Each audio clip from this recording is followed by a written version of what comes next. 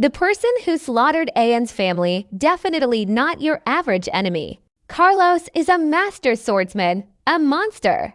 Someone who has shattered every human limit, and as hard as Ahan trains.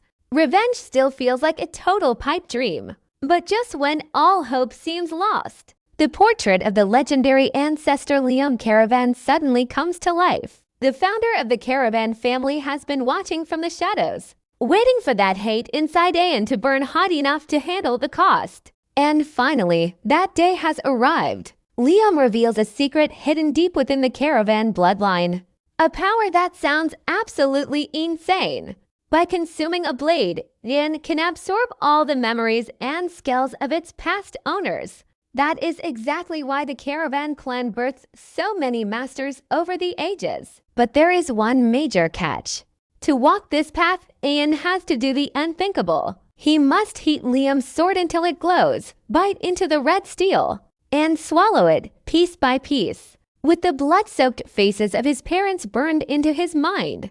And Carlos pushing his rage over the edge, Ahan makes his choice. Without a single second of hesitation, he bites down hard. He tears off a shard of the burning blade like it is nothing, forcing that searing metal down his throat. Through the agonizing pain, Ahan keeps on swallowing.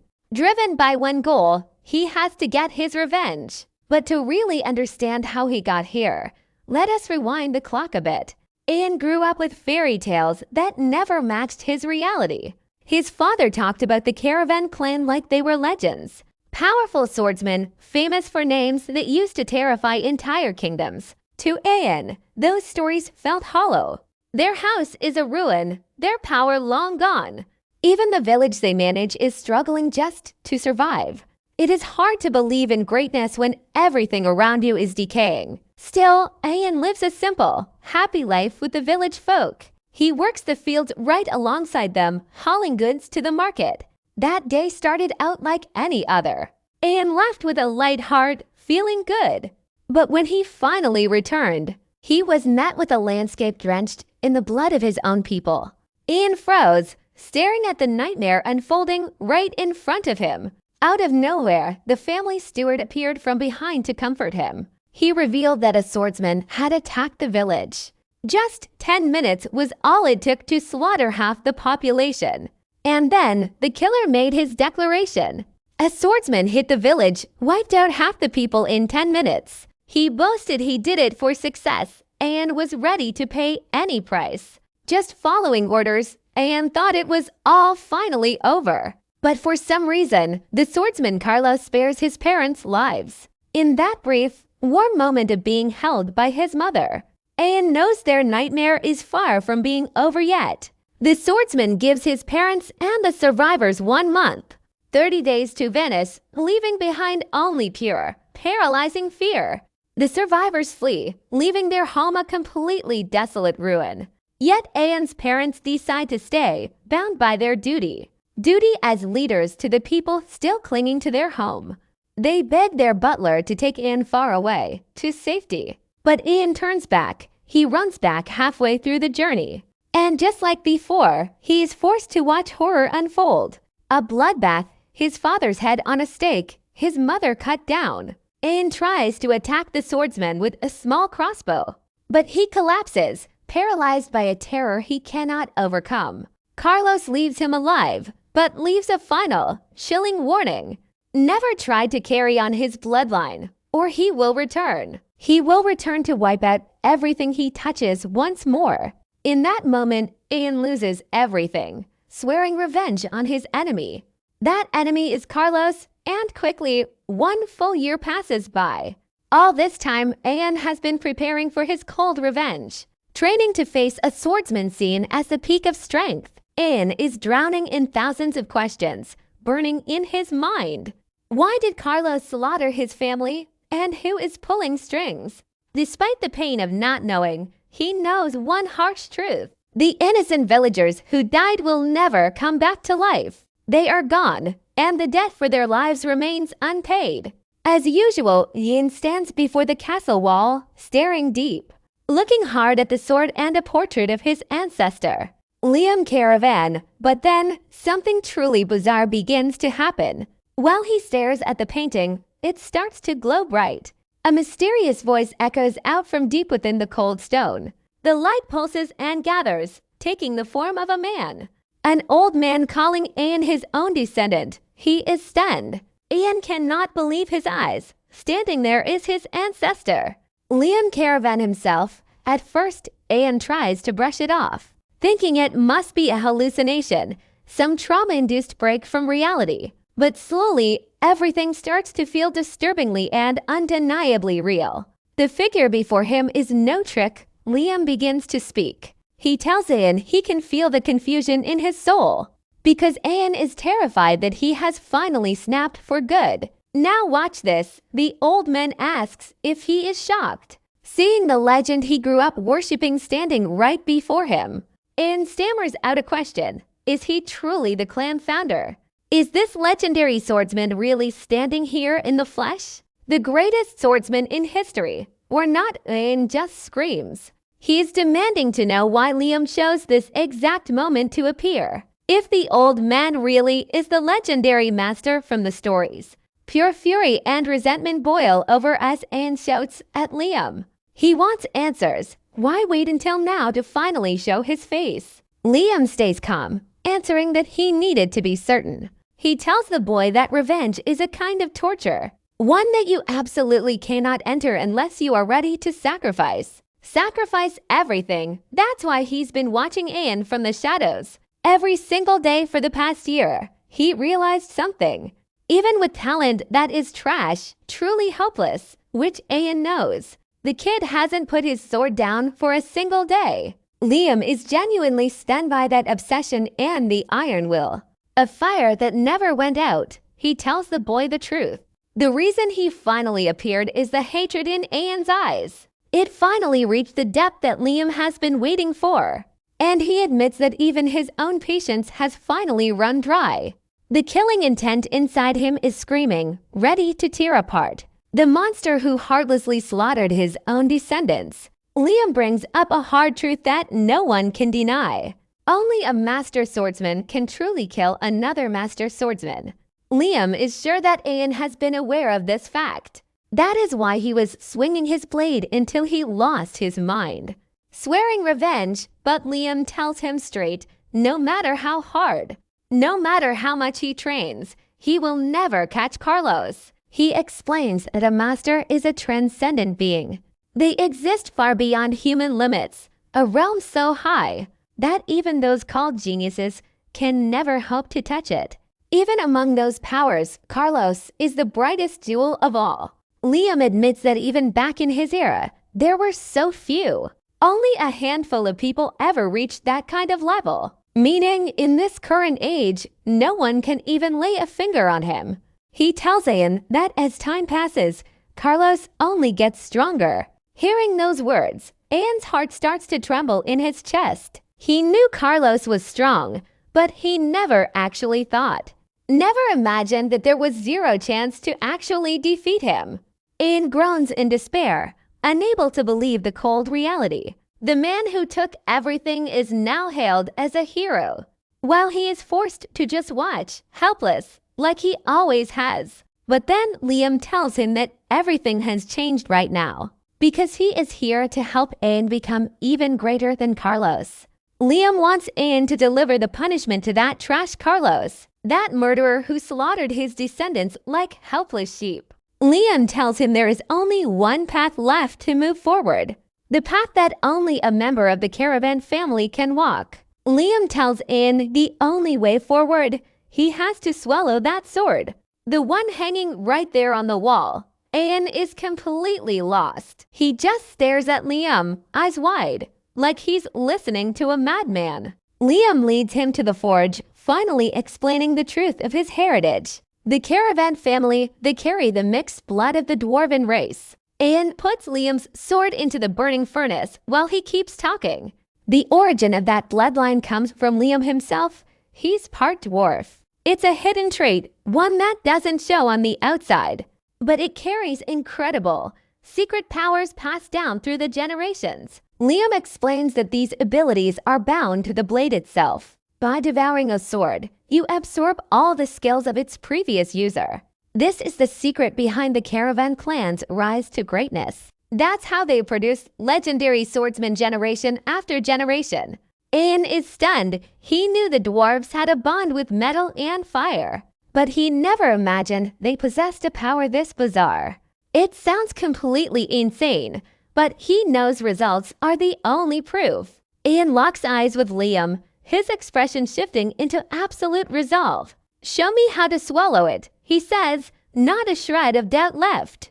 Liam says it's simple. Heat the steel until it's soft enough. Then just bite down and swallow, no hesitating for even a second. Ahan dives in, his mind racing. Is he losing his mind or truly cursed? Doesn't matter, he thinks, not while there's even a sliver of a chance. He's ready to trade anything for that power. Ahan opens his mouth and bites into the glowing, red-hot blade. He tears off a chunk like it's nothing, like it's just candy. A searing, burning sensation rips through his entire body as he swallows. He lets out a primal scream of agony, like his insides are incinerating. Paralyzed, the blade slips from his hands as he clutches his throat. He crashed to the ground, writhing, fighting to keep his consciousness intact. Suddenly, flashes of pure nightmare flood his mind, his parents lying in blood. Then Carlos appears, standing at the center of his burning hatred. That vision is all he needs. Fueled by that rage, Ahan grabs the blade again. He doesn't stop. He keeps chewing, tearing the metal apart with everything he's got. Ahan opened his mouth, bit down hard on that flaming blade. He tore a chunk right off, just like he was chewing candy. A burning sensation ripped through his body the second he swallowed it. He screamed in agony, like his whole self was being burned alive. Paralyzed, he dropped the sword, hands clutching his throat in pure torture. He collapsed, but refused to pass out. He kept his eyes open. His mind flashed back to every nightmare he had ever been through. The faces of his parents, lying in blood, that was his motivation. And Carlos, right at the center of all that burning, hateful fire. With that iron will, Ahan grabbed the blade again and kept chewing. He dug a grave for them, busy with the bodies while Liam watched. Liam asked if he'd finally managed to kill off all his doubts. He's driven by a desperate hunger to succeed at any cost. Carlos must die. That's the only goal. He swallows the molten metal. And then darkness. He blacks out instantly. But waking up, pure shock. He's alive, breathing. How is that even possible? Not a single scratch on him. He almost thinks it's a dream. Until he sees the hilt of the sword lying there, right in front. Then a voice cuts through the air. Liam. He's actually praising him. He says the kid's willpower is pretty impressive for such a frail body. Liam drops a truth bomb. Most of his ancestors couldn't handle the heat. That burning agony, most of them just gave up and died. They couldn't survive the transformation. They just broke. And now Liam stands there, clear as day, right in front of him. Liam knows Ahan is going to believe those stories his father told. No more dismissing them as just wild, impossible legends. Ahan is completely overwhelmed by the sight of him. But he keeps his cool. He bows low to Liam, respectful, addressing him as the legendary founder of the family. Liam stops him. "Call me master, not founder," he commands. That's what the other disciples call him, and it stays that way. Ahan switches immediately, bowing even lower to show his total obedience. Still hunched over, Ahan finally works up the courage to ask, did he actually inherit that legendary power his father always talked about? After all, the sword was supposed to grant him massive strength. Yet right now, he feels absolutely nothing. Not a single shift. Liam sighs. There is a bit of a glitch in the plan. A problem with the process, and honestly, the issue is Ahan himself. Liam wanted him to swallow the sword and jump straight to Master Tyre. But that bloodline has thinned out so much over the generations. The kid just can't process that much raw power yet. Even with the sword inside him, it's just sitting there, dormant. Simply put, Yin isn't absorbing the full essence of that blade. Ian is shocked, but he bites his lip and accepts the reality. He has to listen to his master every single word. Liam is stunned. He expected Ahan to flip out or complain. But Ian stays calm. He knows his body is weak. It's a disappointing result, but at least he's still breathing. And hey, he tells his master there's still a backup plan. Liam raises an eyebrow, asking what exactly he means by that. Ian points out what Liam said earlier. It's not possible right now. That has to mean it's possible in the future, right? Either he'll grow strong enough to absorb it, or he finds another way. He just needs a sword that actually matches his current level. Liam is genuinely impressed by Ian's sharp intuition here. He admits the kid is right, the best blades need to be tempered. Now he tells Ian to lead the way to the next location. There are plenty of swords here for you to pick the right one. Ian leads him straight to a junkyard piled high with scrap. Old, rusted blades everywhere. Liam admits the place is bone-chilling. Dark mages would absolutely kill for a spot like this. Ian explains that all the trash from the slums drifts here. Everything ends up in this pile. From worthless junk to shattered weapons, basically, this is the place. It is the perfect starting point to find the right blade. Liam agrees it is a solid start, then reveals a secret. Back in his youth, he actually consumed swords in blood-soaked places. Just like this dump, he feasted on the blades of soldiers. Axes stained in blood and mud lay scattered all around them, or broken spears just tossed aside. Liam remembers it all clearly. He recounts how much of that gear he had to absorb, and he warns Ian, you have to get stronger to survive. Liam says this place reminds him of those old, brutal days, just like the battlefields where lives were traded for nothing. He talks about the endless cruelty of war and constant death.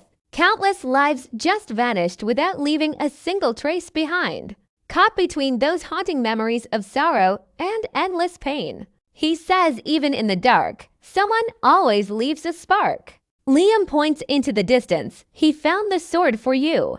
It looks like a thin needle, but Liam insists it is perfect. 1 month later, a group of thugs decides to raid the village. The most profitable target they could find was the local castle. They storm in, wondering why the place is completely empty. They start throwing out wild guesses about the building. Some think it was used for dark experiments before being abandoned. Others argue back if that were true, they would be dead. The moment they stepped inside, they would have been finished. Another suggests some disgraced noble is hiding out in here. The mercenaries are thrilled to find such a big score. With no one standing in their way, they get greedy. One thug finds the clothes of Ian's late mother. He starts digging through them, and the group gets excited. They are convinced a woman lives here for their amusement. After looting the place, they start passing the clothes around, smelling them, laughing, but suddenly, Ian's voice cuts the air. He rings out across the hall, ordering them to stop. Ian steps out from the dark corridor, calm and cold. My mother liked everything neat and clean, he tells them. So I am going to ask you politely to put that down. We need to have a serious conversation now. The thugs just laugh at Ahan, mocking the young boy. He is just a kid, barely out of diapers, and a boy, while those guys are just looking for a girl to mess with. Ian casually asks if they are hunting for food or a place to stay. He tells them he wouldn't mind having them as neighbors. But the Zuko gang thinks Ahan has completely lost his mind. The leader steps toward Ahan with a mocking, cruel laugh, calling him an idiot for not running away when he had the chance. Then the thug charges straight at Ahan, letting out a wild roar, asking if he is really that desperate to meet his end. But that turns out to be the guy's biggest, fatal mistake, because he just unleashed the bottled-up rage hiding inside Ahan. Before the guy can react, Ahan drives that needle sword home.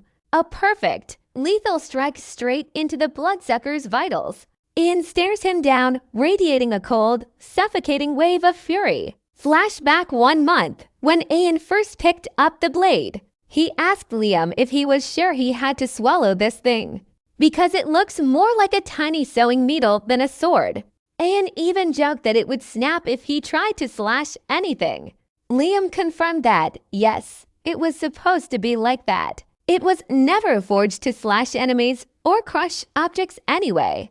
Liam told him it was crafted for one singular, grim purpose, built from the ground up for nothing but life-or-death battles. Liam explained that this is a blade made only for stabbing. Ahan was confused, and Liam understood exactly why. It is easy to argue that a spear would be way better, but Liam explained that with Ahan's weak, frail body, nothing compares to the power stored within this very blade. Liam revealed its former owner was a woman named Mary. She killed over 100 enemies with an even weaker body. Now watch this. The history behind this weapon is insane. Liam urged Ahan to respect the sword and swallow it with gratitude. The metal might be light, but the life inside it is heavy, deeply sacred and carrying the weight of 1,000 battles. By absorbing Mary's memories, Ahan would learn so much. Mary was once just a 10-year-old girl, orphaned in a fire. She survived, but her face was scarred by the flames. Her parents were burned beyond any hope of recognition.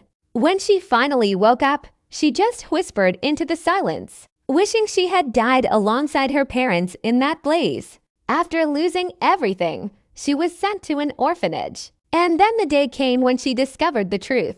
This orphanage worshipped the goddess of fire, of all things. For Mary, everything just spiraled into an even deeper hell. She was drowning in despair, having lost her world to flames. Yet here she was, trapped in a place that praised the fire. Those long months in that orphanage were nothing but a nightmare. Life for her is absolute hell. Her condition just keeps getting worse. The other kids treat her like a freak because of the burn.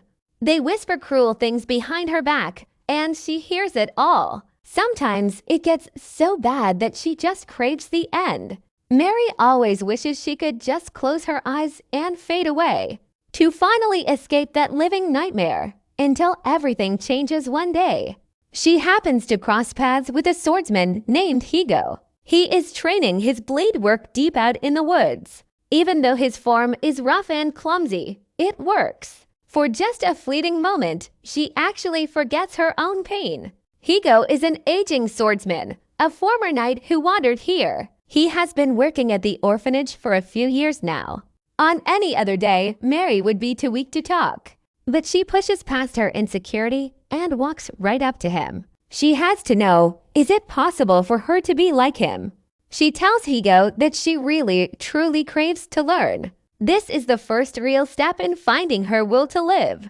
Higo goes quiet for a long moment before he finally answers. He tells Mary that what she sees won't help her at all, because she is just a little girl, and he is quite firm. He warns her that weapons like his only hurt the wielder. He tries his best to discourage her, to push her away, but she refuses to give up. She isn't backing down now. She tells Higo she wants to learn so no fire scares her again. Higo finally caves in and leads her into a storage room. Dozens of swords are stuffed into jars. He tells her to pick. He says if she can even swing it, he will teach her. Mary asks if swinging is the only way, but he misses her point. She just points straight at a heavy blade, eyes locked on it. She tells Higo she doesn't care about the form, only the power. She needs to be able to fight back. She points it at him. The way she aims that tip right at his throat, it's chilling. Higo realizes a terrifying, sharp instinct lives inside this small girl. Back in the present, Ahan runs his blade right through the guy. The thug collapses, sending a massive wave of fear through the others. They honestly cannot believe what they are seeing with their own eyes. Ahan stands tall and declares that the negotiation is officially over. Here is the crazy thing over this past month. Everything Liam taught Ahan wasn't actually sword technique at all. He basically just drilled Ahan's body to build raw stamina, enough so he wouldn't collapse even after running for hours. Seriously, he hadn't taught the kid a single sword move. Even Liam is shocked by Ahan's pinpoint, lethal strike today. Ahan just dropped that thug with absolute, cold-blooded precision. It shows Liam that Ahan is absorbing the sword's essence perfectly. And that marks his very first step as a caravan guard. Turns out Ahan stabbed the thug exactly where he needed to.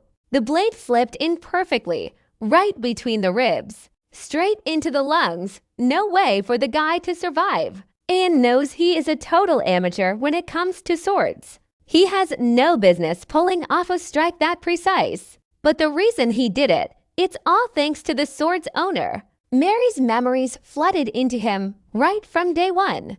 Back when she first picked up a blade, Higo was there. He started training her immediately, pushing her to her limits. He taught her how to stand, how to hold the steel. Everything about fighting and surviving, Higo drilled into her. His beautiful sword style became Mary's greatest strength in life. She truly cherished the martial arts he passed down to her. Years later, Higo lay on his deathbed, waiting for the end. He told Mary that the day she finally left that orphanage, she had to hold her head high and face the world. With his final breath, he had one last lesson for her. He told her how happy he was to spend his last days together. Now watch this. This part really hits you hard. Mary sobbed as she watched her benefactor fade away into nothing. His dying words were simple. He thanked her for everything. Following his final wish, Mary left the orphanage behind forever. It didn't take long for her to make a name for herself. She dove into the mercenary life, blade in hand, wielding a sword that looked more like a needle than a weapon. This young girl earned a name that struck fear everywhere. People called her the Needle Nomad, a legend in the making. Tears streamed down Ahan's face as those memories pour through him. He finally understands what his master meant about absorbing techniques. The thug is still alive, gasping, begging for his miserable life. Ahan ignores the pathetic crying and walks right up to him. He drives that needle-like blade into the thug's head, ending it. He is determined to finish exactly what he started here today. Even though this is his first kill, he feels nothing at all. No hesitation, no guilt. His mind is completely clear right now. The only thing he can focus on is the mess left behind. Those remaining thugs are still standing there, watching him. He only took down the leader because the guy got careless. But the rest of them, they are a different story entirely. You feel the tension rising, right? The odds are stacked against him. He's certain the Zukon gang knows they have the advantage. It makes no sense why they are holding back their attack. They have the numbers to overwhelm him, yet they just wait. Liam turns to Ahan and warns him about the soldiers ahead. They are absolutely terrified, and honestly, that makes total sense. Because what Ahan just pulled off, that is not rookie work. Liam explains it. A little fear keeps you alive, but too much fear just clouds your mind and kills your judgment. Just like he said, these thugs are losing it, spiraling fast. They're staring at each other, panicking, wondering what to do next. Deep down, their own fear is playing tricks on them now. It's lying to them, making them believe Ahan is some unstoppable force. Liam points it out. They see a bloodthirsty demon in front of them. A swordsman with impossible skill, because that is what they believe. And Ahan, he decides to turn their worst nightmares into reality. He charges right into the crowd. Panic locks them in place. Instead of fighting back, they're frozen, paralyzed by their own terror. Ahan dances around them, sizing up their strength in real time. He dodges their frantic, wild attacks without breaking a sweat. Then he locks onto his target, straight through the throat. Just like that, it's over. One life ended in an instant. It turns out Higo once told Mary that time is not on her side. As a woman, she faces limits, and Ahan is moving by that rule. He's circling them with speed that is honestly hard to believe. Being the underdog, he knows he only has 2 strikes to win. Any more than that, and he'll leave himself wide open to die. The moment he picks his spot, he goes for the weak point. It's simple. Do not try to fix your weaknesses. Just let your natural strengths shine through. Mary's strength is her flexibility, trained like a professional dancer. She uses that to her advantage here is where it tips over. She strikes from every single angle while holding the strangest poses. She takes them down in one move, hitting the head or neck. Ahan is doing the exact same thing right now. He carves through the entire group, leaving only one guy standing. That last one, he is sobbing like a baby, snot and tears everywhere. He is picturing his own death, staring right into the abyss. He doesn't see a person anymore, just a cold, heartless killer. A demon pulled straight up from the bottom of hell itself. Once the dust settles, Ahan starts digging graves for the lot of them. While he's busy burying the bodies, Liam asks him a question. He wants to know if Ahan has finally shaken off all that doubt. If he has the stamina to swing that blade all day long. Without ever losing his breath, he can take on anything alone. He told Ahan that if he could swing a sword all day without tiring, he would be strong enough to take on anything the battlefield threw at him. The 4th level, Swordmaster, people who can turn a war around alone.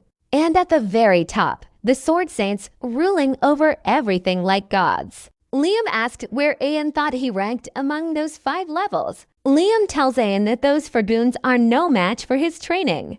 Ahan realizes he is finally getting stronger through these death matches. Everything his master said is starting to click into place. His body feels different now, fluid, almost like a dancer. It is like he is tapping into memories buried inside that sword. Even Mary's combat memories are coming to life as the fighting begins. Ahan can finally see exactly how Mary took down her own enemies. It is incredible. He is seeing the flow of battle clearly. Is this the power of the digestion process Liam kept talking about? The idea that you get stronger just by understanding your opponent better. Liam reminds him he never lies when it comes to sword skills. But then, his master gives a grim warning about the days ahead. The path forward is going to be filled with nothing but agony. It will be a gauntlet of pain beyond anything he has ever known. Liam says he will face trials so brutal he will beg for death. Eventually, he will look back at today and call this current pain happiness. Liam asks him straight, can he really keep walking this path? Ahan does not hesitate. If this helps him face loss, he will do it. He is ready to do whatever is needed, no matter the cost. The next morning, though, all that resolve vanishes into pure terror. Liam orders him to climb a massive, sheer cliff face right now. Ahan is dangling up there, sweat pouring down his face. You can see the panic setting in. He is terrified. Liam watches him from below, taking in every bit of his fear. He mocks Ahan, asking where that look of resolve went. He asks if doubt is already starting to creep into his mind. But Liam is not worried. He knows fear is part of Ahan's strength. He has known Ahan since he was a kid and knows how he ticks. Liam tells him to deal with the doubt later. Just satisfy his curiosity now. He explains that the way of the sword is split into 5 levels. First is the novice swordsman, the entry point for everyone. Then comes the swordsman, a realm only the truly talented reach. Next is the swordmaster, the pivot point of any battlefield. Fourth is the sword hero capable of turning the tide all alone. And finally, the sword saint, beings who stand above all like gods. Liam looks at him and asks where Ahan thinks he stands. Ahan takes a deep breath before answering his master. He knows exactly what Liam is expecting to hear.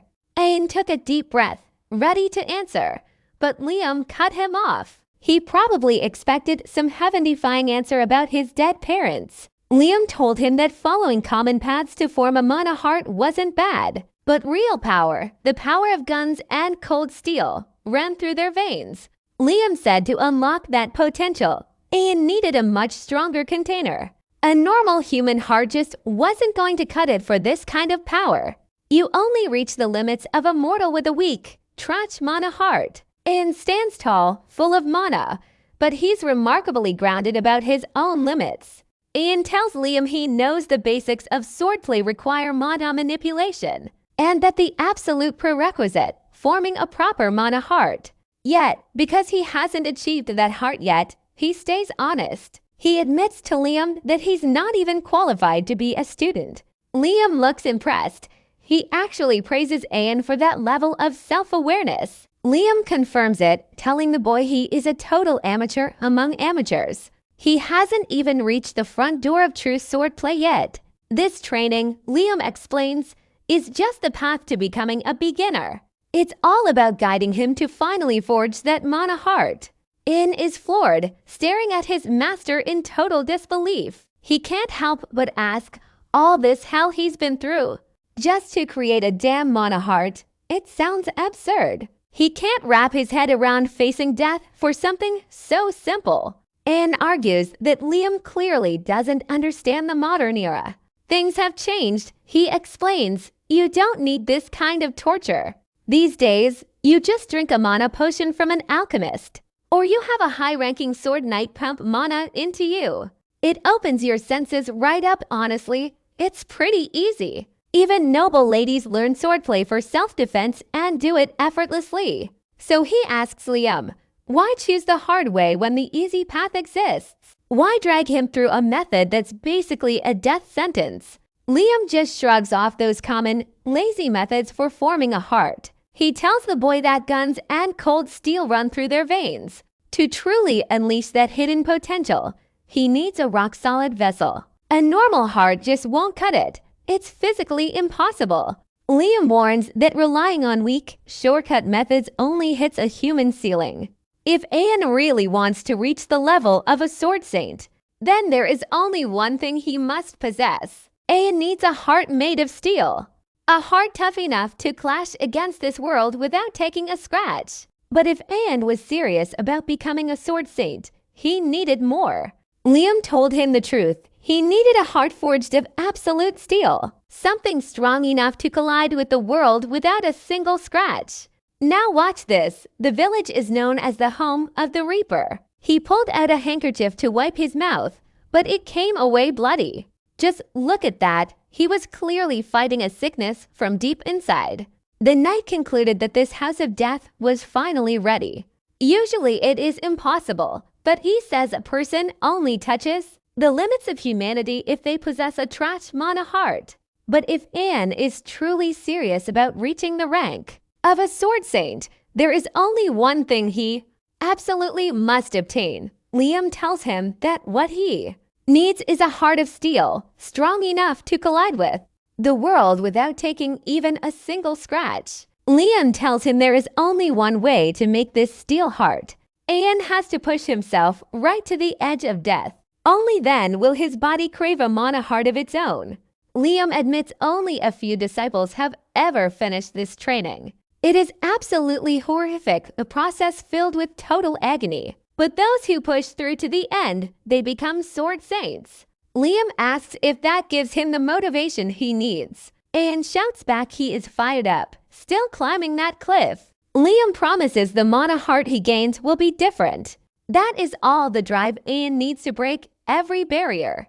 Meanwhile, in Campbell Village, rumors about Caravan Village start spreading. It is being called a ghost town, empty for an entire year. Word is, something incredibly dangerous is lurking in there.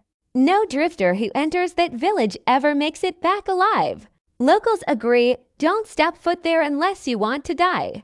A strange knight sits in the local inn, listening to everything. He looks intrigued by the place now dubbed the House of Death. He pulls out a handkerchief to wipe his mouth, and it comes away bloody. Something is eating away at him from the inside out. The knight decides this House of Death is the perfect final destination. Back on the cliff, Ahan keeps climbing, using only his left arm. Liam's training never stops, not even for a single day. Even when thugs invade the village, Ahan keeps up his routine. He repeats it all every single day, pouring out every ounce of strength. A month passes by, but he still cannot form that mana heart. But something deep inside him is shifting, and he knows it. During his latest fight, Ahan notices a major change taking hold. The village, now dubbed the home of the Reaper, he pulls out a handkerchief to wipe his mouth, and the cloth is soaked in blood, showing he is battling a sickness from deep inside his own body. The knight concludes that this home of the Reaper, that right there, that is the perfect place for you, Ahan. He keeps climbing the cliff face, using only his left arm. Driven by the silent fire Liam sparked inside him, Ahan never quits. No rest days for him, not even when he's forced to defend his village from the thugs constantly trying to invade. Ahan repeats this brutal routine day after day without fail. He pours every ounce of his strength into it, holding nothing back. A month flies by like that, but even after all that training, going through that hellish grind just from climbing the cliff, he still hasn't managed to form a single mana heart. Still, Ahan realizes something inside him is starting to shift. During combat, Ahan feels it clearly, a change taking hold. One of the biggest differences is how sharp his senses have become. Everything feels hyper-alert, like his perception has been dialed way up. From his intuition to his focus when locked in a fight, Ahan has leveled up to a terrifying degree. Whenever he grips that gold sword and enters his flow, it feels like Mary herself is the one swinging the blade. Ahan weaves around enemies as if he's frozen time itself. The world slows to a crawl, and he is the only one moving. In that gap, Ahan strikes with lethal, pinpoint accuracy. He turns his foes into bloody messes before they even blink. The reason for this madness, he can finally sense mana. While meditating deep in the forest, Ahan feels a wave of pride. He achieved all this on his own through sheer stubborn willpower. He hasn't formed a mana heart or even hit the novice tier. Yet he knows this breakthrough is all thanks to that gold blade.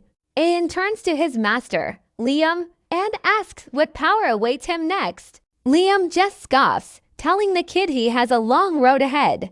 Don't go getting cocky and thinking you're some genius, he warns. Still, the old man decides to give him the answer he's dying for. Liam explains that once you finally forge your own mana heart and truly understand the depth of that inner strength, only then can you say you're on par with someone like Mary. But listen close, if you push past that milestone, channeling power from that heart, you reach the realm of superhumans.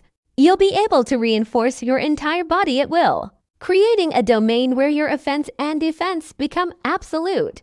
Liam reveals this level is known as the Swordmaster rank. Even though it's just the step right after being a novice, you'll realize it the moment you actually face it head-on. The gap between those two worlds is vast. It's truly massive. Liam stares him down and asks if he's ready for that. The moment he faces it, the power gap between the two realms will be vast. Liam then asks, "Watch close. Is that the answer you were looking for?" Ahan nods, but he is still holding onto one last question. It's about that man who just settled down in their territory. Ahan has been watching him like a hawk this whole time. He asks Liam point blank, "Is that guy a master swordsman?" Liam confirms it. He says that man is on a completely different level. He is miles above all the trash Ahan has dealt with so far. Liam asks what Ahan plans to do about him, because with his current strength, he would not last a second. Ahan replies that he is still watching and preparing for anything. You have to stay ready for every possible situation, he says. Ahan tells Liam that from the start, he had no other choice. Liam insists there is always another way out. The choice was simple, abandon this territory and avoid the fight. But Ahan pushed back. That wasn't an option for him. Even though the land was in ruins now, it held everything.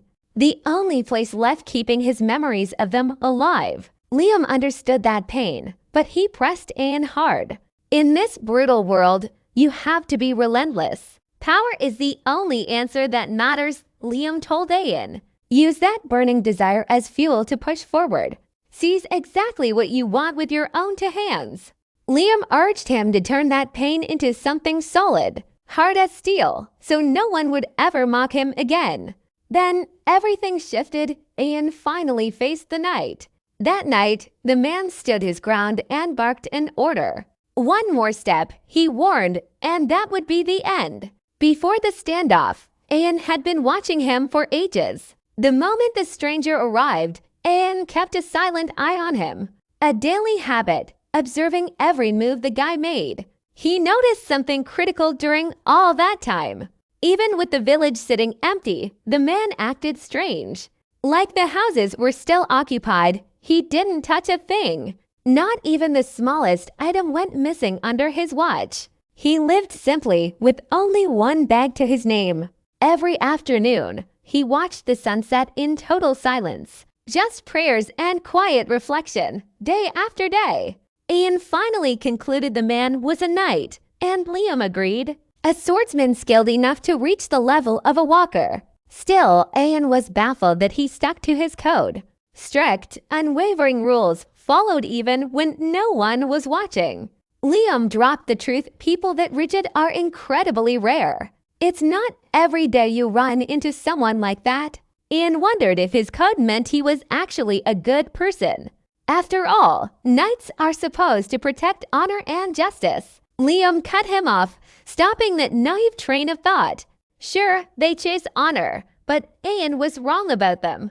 Thinking knights are purely righteous, that's a dangerous mistake. Honor is just a personal, subjective thing, Liam explained. The code they worship isn't always good for everyone else. It all depends on who they've sworn their blade to. A knight's path is defined by their master's will. If the one paying the gold says jump, they jump. Especially when the price is right, their morals just vanish. Liam decided it was time to school the kid on the truth. He wanted Ahan to see exactly what a knight is. Just a mercenary using honor as a shield for violence. Just a guy wielding ancient sword skills for the highest bidder. To kill effectively, especially when they are wrapped in expensive armor. They are just tougher enemies. Just tougher targets to bring down. Liam warns Ahan not to be fooled by those flashy titles. Don't let the name knight distract you. Look at their true nature to judge them for yourself, Liam tells him. Liam reminds Ahan that skepticism is actually his greatest strength. He tells him to remember that he has always been this way, ever since he was a small boy. Back then, he would listen to his father's stories about the family legacy. But deep down, he always questioned the truth of those tales. Even when a sudden burst of power made him cocky and reckless. His sharp senses and careful observation helped him avoid total disaster. And helped him find the real answers, Liam continues, explaining that skepticism means not being swayed by just what you see or hear. You have to use every method, every thought, without stopping. Only then can you get closer to the real truth. Liam urges Ahan never to lose that critical mindset. Keep it with you at all times, because people without that doubt will never be able to break past their own limits. Liam tells him that this is actually the true gift, far more important than just his swordsmanship, and focuses intensely, taking in every word of this crucial lesson from Liam. Once Liam finishes his lecture, Ahan promises him that he will remember every single word. It's thanks to lessons like these that Ahan never lets his guard down, even when that mysterious man sets up camp on his territory.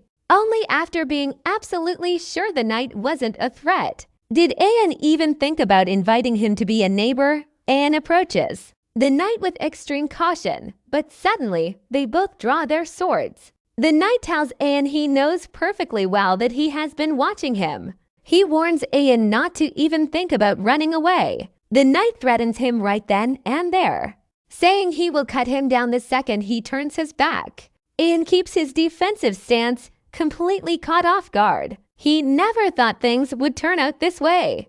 Diving into Mary's memories, she recalls how countless mercenaries came crawling out of the woodwork to try and recruit her. Unlike those typical thugs, these ones heard of her reputation. They decided the best way to test her was to pick a fight. Back then, she used to think she was done being just a nameless mercenary. She felt like she had finally become a true, powerful swordswoman. But it didn't take long for her to realize just how wrong that arrogant assumption really was. She encounters a walker-level knight who disarmed her in a heartbeat, all while mocking her skills as nothing but absolute trash. The knight sneered at Mary, saying he would kill her if she were not a woman. He didn't stop there, spitting out insults, calling her nothing more than a worthless insect. See, the code of the Red Hulk Knights is strict. They never lay a hand on women or children, and that rule alone saved Mary. That very day, Mary felt an unbreakable wall rising between her and those knights. Only much later did she realize the level that knight had achieved. They call it a soft walker now, as Ahan stands facing this same knight. The truth hits him hard. It is a terrifying realization. Mary, who lost to a soft walker back then, was miles stronger than Ahan is right now. This shows just how deep in the hole he really is. As the knight slowly closes the distance, Ahan feels it. A crushing, primal fear of death washes over him. It is even worse than that time he had to climb a cliff with one hand. His heart is hammering like crazy. Right then, he sees it clearly. This is a realm far beyond a standard walker. Mana surges out of the body like pulsing blood vessels. Every attack and defense is fueled by pure, refined will. It is simple. Really, this is the way of the soft walker. The knight stops, asking why Ahan has been tailing him. After all, he saw Ahan dealing with those thugs in his territory. He demands a solid reason, or he will treat Ahan as an enemy.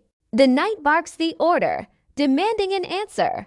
Ahan stands his ground. He is just trying to see if the knight is an intruder, or maybe a guest. That is his explanation, but the knight wants more. He is not satisfied yet, so Ahan keeps talking. He was born and raised on this land, but a year ago, things changed. A dark mage slaughtered the villagers and turned their home into ruins. After that tragedy, thugs kept swarming in, and Ahan had to handle them alone.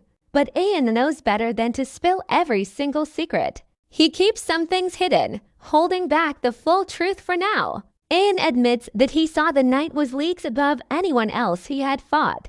He knew approaching him too soon meant certain death. So he hung back to observe, to figure out if this guy was friend or foe. Ahan tells him straight, if the knight has good intentions, he is welcome here. But if he is an enemy, Ahan will do whatever it takes to protect this land. The knight stares, genuinely stunned by Ahan's boldness. Ahan knows he does not need to spill everything to him. That is exactly why he is keeping some information hidden.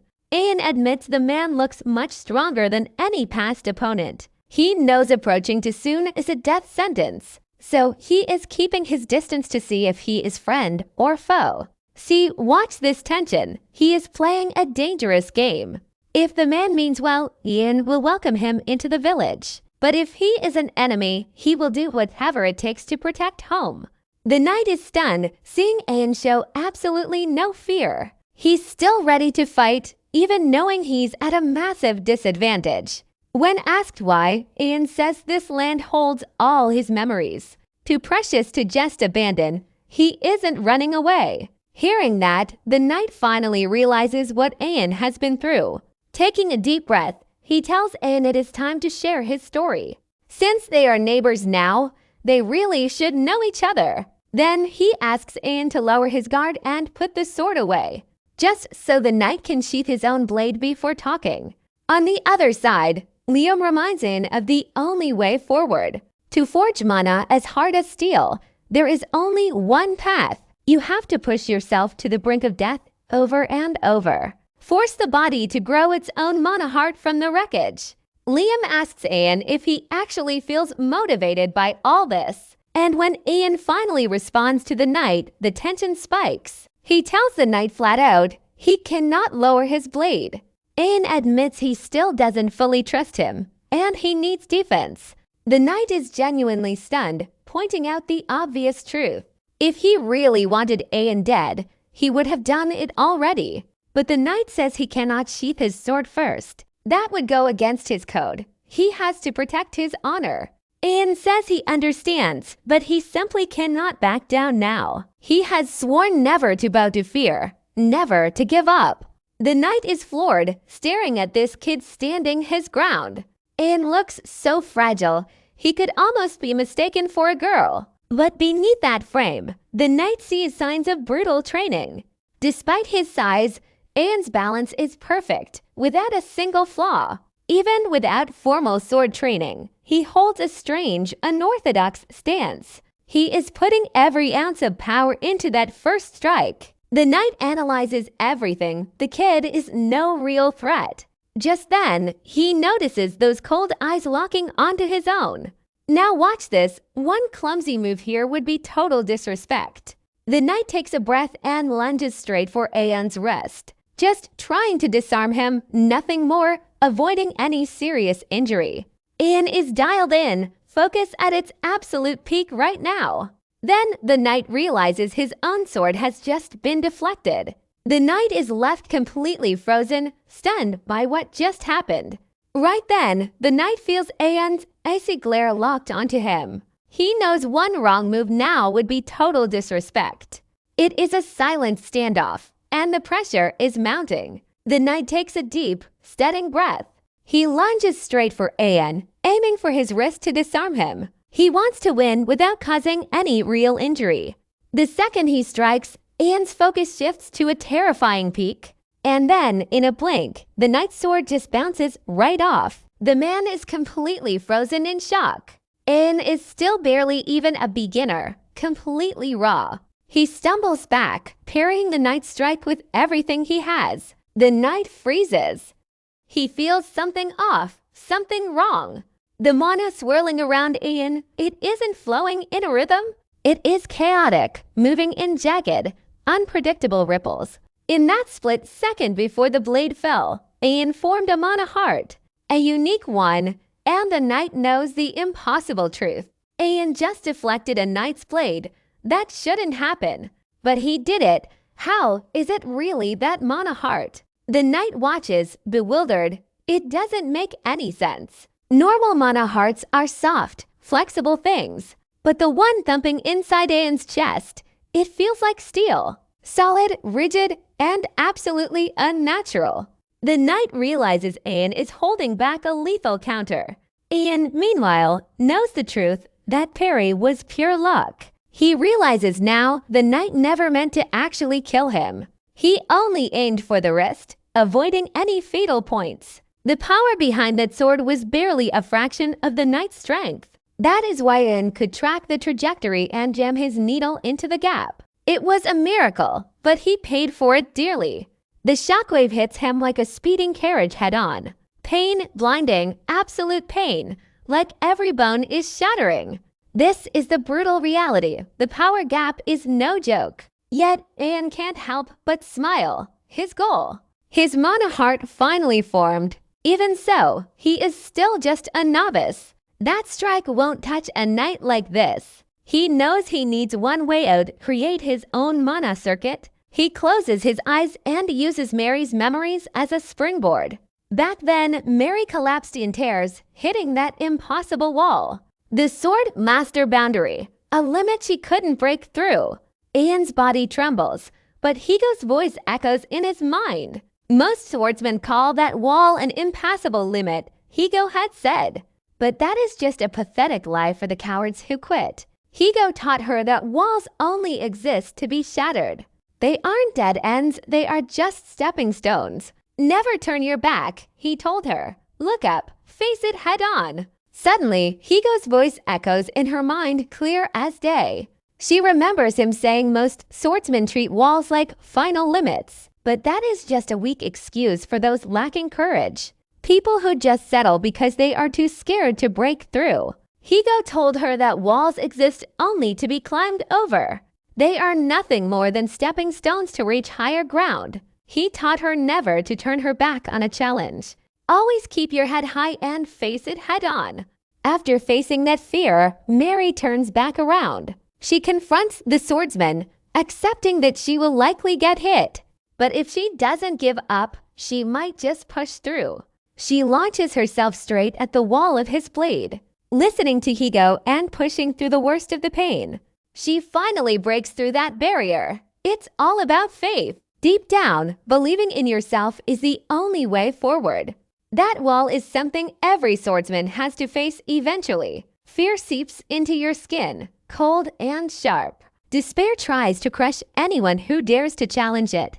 Just taking one single step feels like moving through lead. The temptation to just give up hits you hard. But in this brutal, gritty moment, Ahan holds his ground. He slams into the massive wall he built for himself. Ahan knows the danger, but he needs this life or death test. Ready to charge, even with just a tiny sliver of hope, Ahan takes a deep breath, trying to read his opponent. He watches the knight, tracking every single muscle shift. His breathing, his stance, Ahan reads the entire attack path. He gathers every clue to forge his own path forward. Liam watches Ahan closely, impressed by the raw effort. He is truly amazed at how hard the boy is pushing. The Caravan family tradition is clear: never show fear. Even when things look totally hopeless, you stand tall. They face every challenge head-on to prove their worth. That is the true, unyielding will of the Caravan family. Ahan lines everything up, and the moment he's ready, he launches himself directly at the knight. Mary admits she's terrified of fire, the tragedy that took everything. It was only the beginning of her long, dark journey. There were days she couldn't even look in the mirror. Just taking a breath felt like carrying a heavy burden. She realizes what she actually fears isn't the fire itself. It was her own weakness, the part that kept running away. Mary swears to pierce through the fire that stole her future. With a heart made of steel, she refuses to back down. She conquers that fear, facing the flames and the world. She knows if she falls here, there is no victory. Ahan inherits that exact spirit, putting it all on the line. He pours everything into one strike, catching the knight off guard. The knight is forced to shove all his power into his sword. He has to block the blow with every ounce of strength. Ahan's sword flies, the handle shattering, just like Mary's did.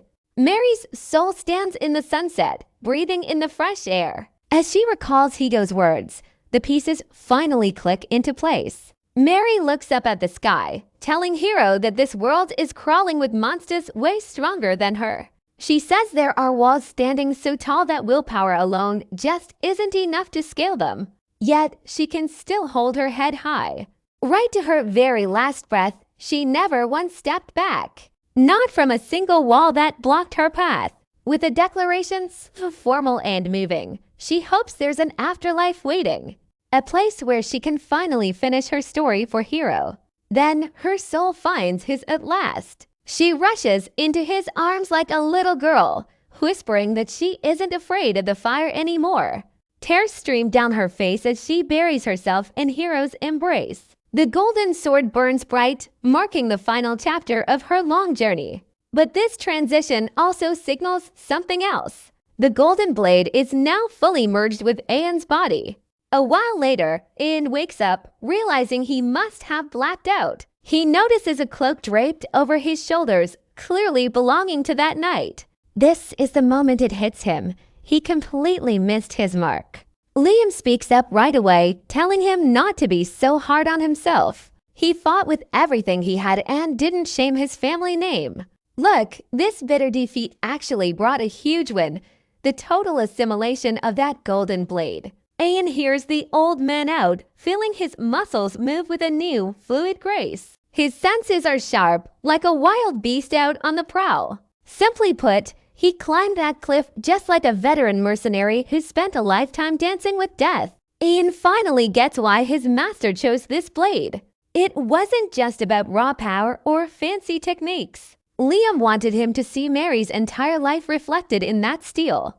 That iron will, the refusal to ever give up, even when facing a giant challenge. Ahan manages a smile, thinking Liam could have just said that from the start. Just then, the knight appears in the distance, clearly relieved to see Ahan back on his feet. He says he only stepped away to grab some water.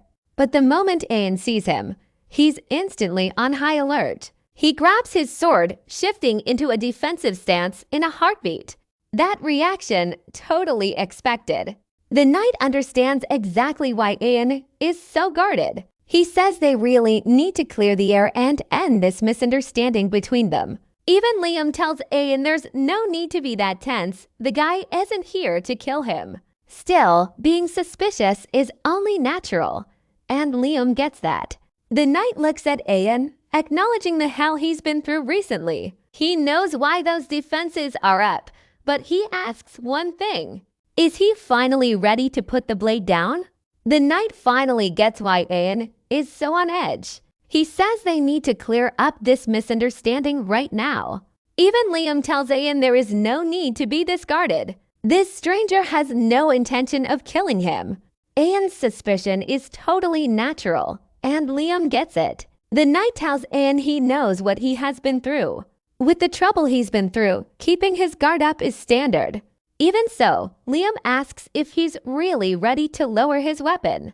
To prove he's no threat, the knight begins to shed his armor. He shows Ahan exactly why he came to this territory in the first place. Stripped down, he finally reveals his identity to the young man. He is Patel, a retired knight now living life as a wanderer, a man without a home, and a man hiding a terminal secret. He's suffering from a deadly illness, his time running dangerously low. The head priests, masters of medicine, have already given their verdict. They say he has, at most, only 1 month left to live. Beneath the armor, Patel is just a dying old man waiting for the end. With his secret laid bare, Patel asks Ahan to listen to him.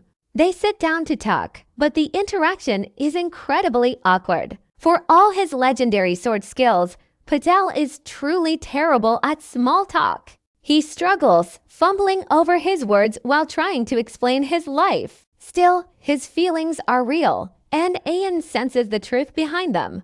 This is a knight who abandoned the order he once swore to protect. Faced with a terminal diagnosis, he set out to find a quiet place to die. Patel explains he left the order to avoid becoming a burden to others. He couldn't stand being dead weight as his life slowly withered away. He just wants to spend his final moments in peace on his own terms. Ahan listens to every word, absorbing the heavy truth of the old knight.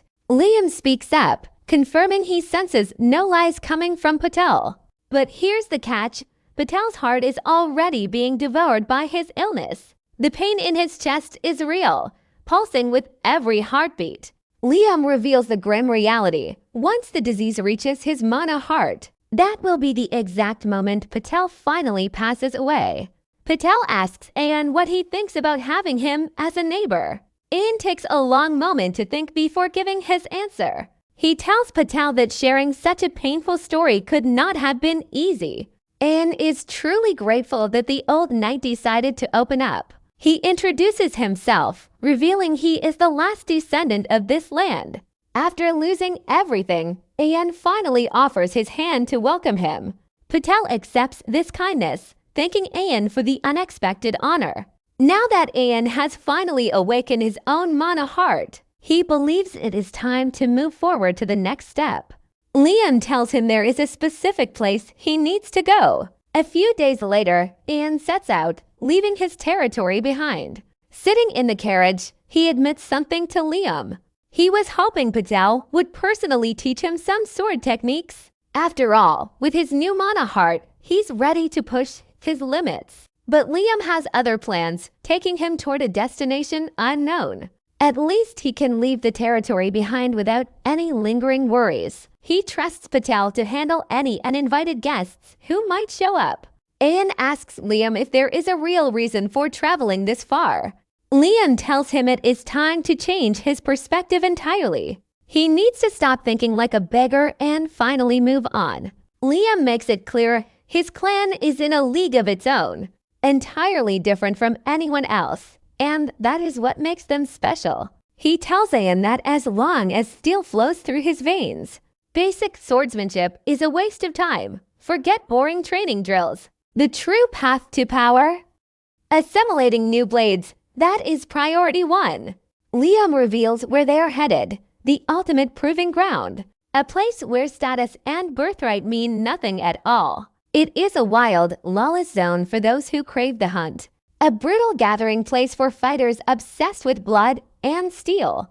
This is an arena built for life and death, nothing else. It is pure adrenaline and blood, a stadium for absolute carnage. They soon arrive at Foma, the city of steel, a jewel of the nation, one of the 7 nations, and a powerhouse of metal engineering. It is no exaggeration to say every weapon here is forged to perfection.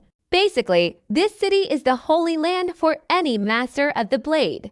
But beyond the weapons, the real reason for FOMA's legend is simpler. It is the arena. The sheer scale of it defines this entire place. As they approach the gates, Liam feels a sudden, sharp wave of nostalgia. He remembers the thrill of fighting here. It was glorious. Liam recounts the insane battles that once shook these very walls. Beasts tearing each other apart just to prove who is king.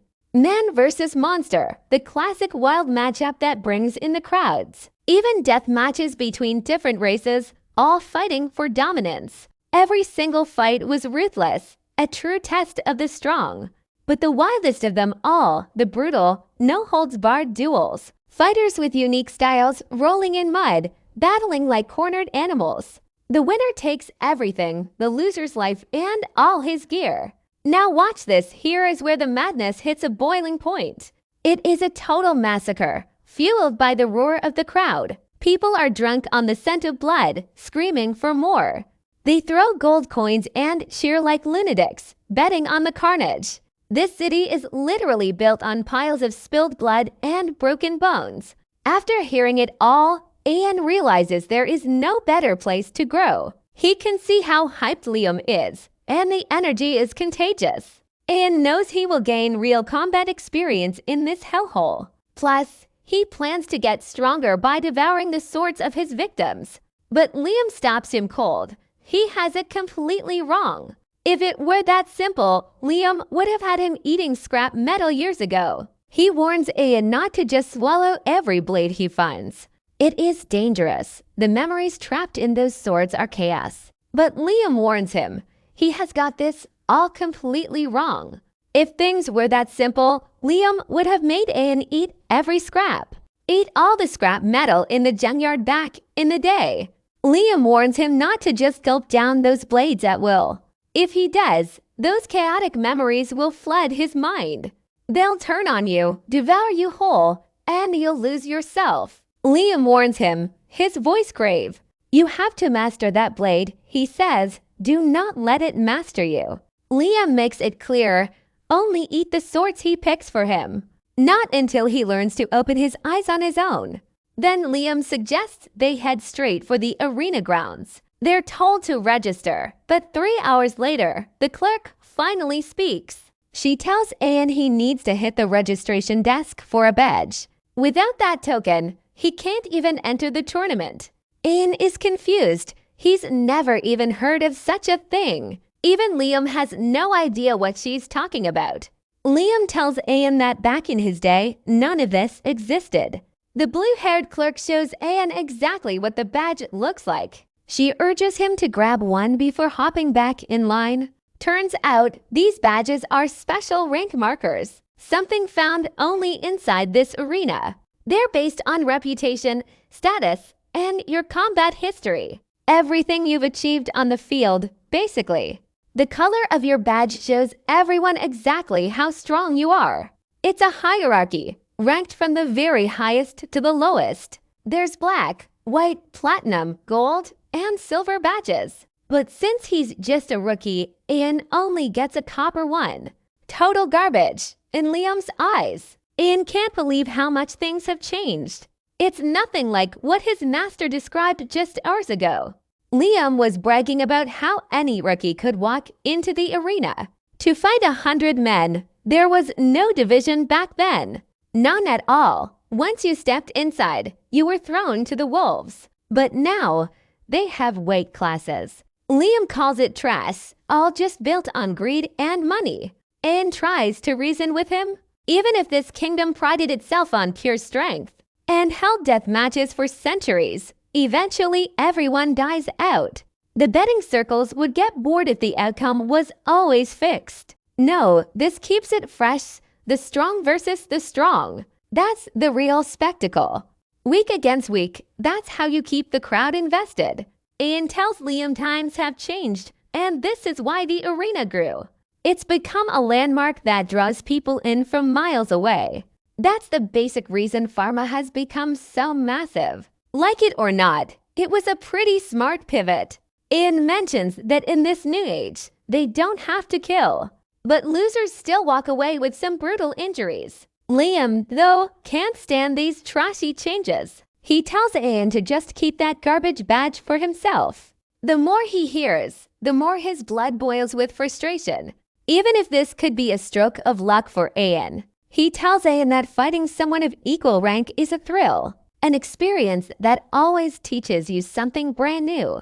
However, before that, Liam suggests they check out the local weapon shops. The gear here has to be way better than the small-time stuff near the Caravan because Ahan's current sword breaks way too easily. Liam figures stocking up on a few spares is a smart move. Suddenly, they pass a wall displaying rows of weapons instead of medals. Ahan and Liam are completely floored by what they see. As Ahan is lost in total awe, a man named Tom shows up. Tom can tell this is Ahan's first time seeing the Hall of Honor. The old man introduces himself as the manager of this place. Tom tells Ahan he is happy to explain the hall to him. Ahan bows his head, truly honored by the offer. He explains that these weapons belong to warriors who made history in the arena. Since they are old and battered, they are retired to this wall, kept here to honor the fighting spirit of those who wielded them.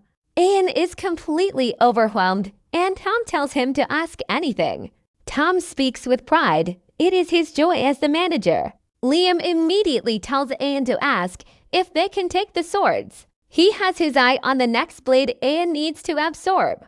Tom says it is possible for warriors who prove their worth. They earn the right to claim a weapon matching their current medal. So every time their rank goes up, they get a new prize. Tom tells him the one he is staring at could be his. Once he reaches silver rank, Ahan then heads straight for the arena. As they walk through the hall to the entrance, Liam speaks up. He tells Ahan that the hall is basically a massive treasure room. Now watch this, here is where it gets really interesting. To everyone else, these look like useless piles of old junk. But to Ahan, those blades are worth more than solid gold. Liam is hyped because now Ahan has so many reasons to fight. Even if it is just for training, he needs to rank up. He has to claim those elite swords by moving through the tiers. Liam says he really should have told him sooner. Reaching silver rank, Ahan heads straight into the arena. Passing through the hall to the entrance, Liam gives him a tip. That hall is basically one massive treasure vault. To everyone else, they look like nothing but useless junk. But for Ahan, those swords are worth their weight in gold. Liam is beyond excited. Now Ahan has every reason to fight. Even if it's just for training, he needs to level up. By climbing ranks, he can finally claim those elite blades. Liam adds that it should have been obvious from the start. Stealing those swords would be better, but that's flat out impossible. See, Tom isn't just some random old guy, even if Ahan doesn't get it. To Ahan, he just looks like a gentle grandpa. But Liam, he sees exactly why Ahan is missing the bigger picture. The power gap between them is just too massive for Ahan to sense. Liam explains that Tom can turn his magic into pure armor, a perfect, impenetrable shield, even if it's only half finished right now. Basically, this gentle old man Tom, he's a master swordsman. Ahan is floored when he hears that. I mean, the master swordsman title sits right below the sword saint. Ahan asks Liam why someone that strong would choose to be a manager. Liam tells him not to be so shocked. Most guys who reach that level have some pretty strange quirks. Liam confirms they're hitting the Great Hall next. Ahan realizes he's still planning to rob the Wall of Honor despite the risk. Honestly, Ahan doesn't even know when he agreed to this madness. Liam adds that while the arena has changed, some things never move. Some traditions are set in stone, like hiding your face to toss aside your status and outside reputation, stripping all that away just to fight like any other warrior. That's the ancient tradition of this arena. Ahan thinks that's a pretty cool way to do it. Because when it's just warrior versus warrior, you're free. You can fight with everything you've got, no holding back. Just as he moves to enter, the ref blocks his path. He tells him he needs a nickname to get inside. Ahan looks confused, but Liam reminds him of the rule. No one uses their real name in there. Outside titles and status just get in the way once you step inside. The official urges Ahan to pick a name he can be proud of, a warrior's name to carry for the rest of his life. Ahan thinks for a minute. He makes his choice. He goes with the name Liam. The official is stunned. He's never heard that name before. He asks if it's from some knight's tale or something. He just hopes luck is on Ahan's side for his debut. Copper rank is the bottom of the barrel here. Nobody really cares about copper fights. They're just cheap entertainment. The crowd doesn't cheer for these guys. They just scream insults and boo them instead. Ahan steps into the arena, and the audience starts in on him immediately. That is why the crowd isn't cheering for these fighters at all. Instead, they just hurl insults and boos at them.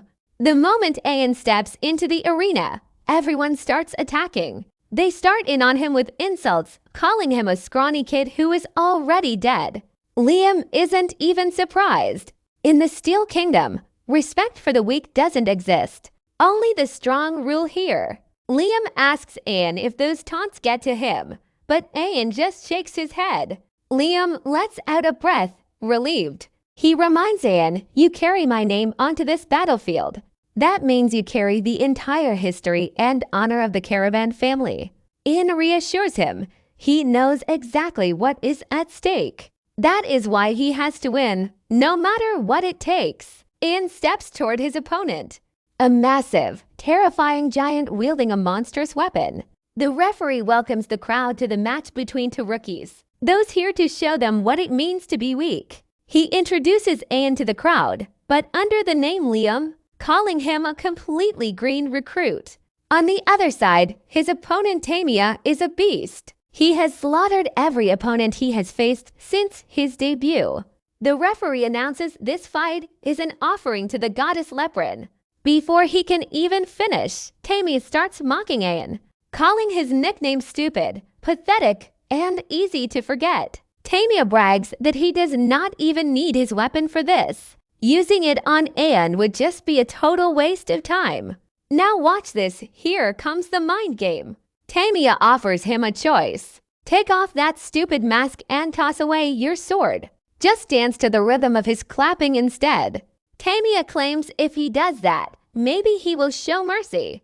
Maybe he will let that scrawny neck stay attached to his body. Ahan stays silent, letting the giant ramble on. Finally, he speaks up. He asks about the unwritten rule that warriors should not kill each other.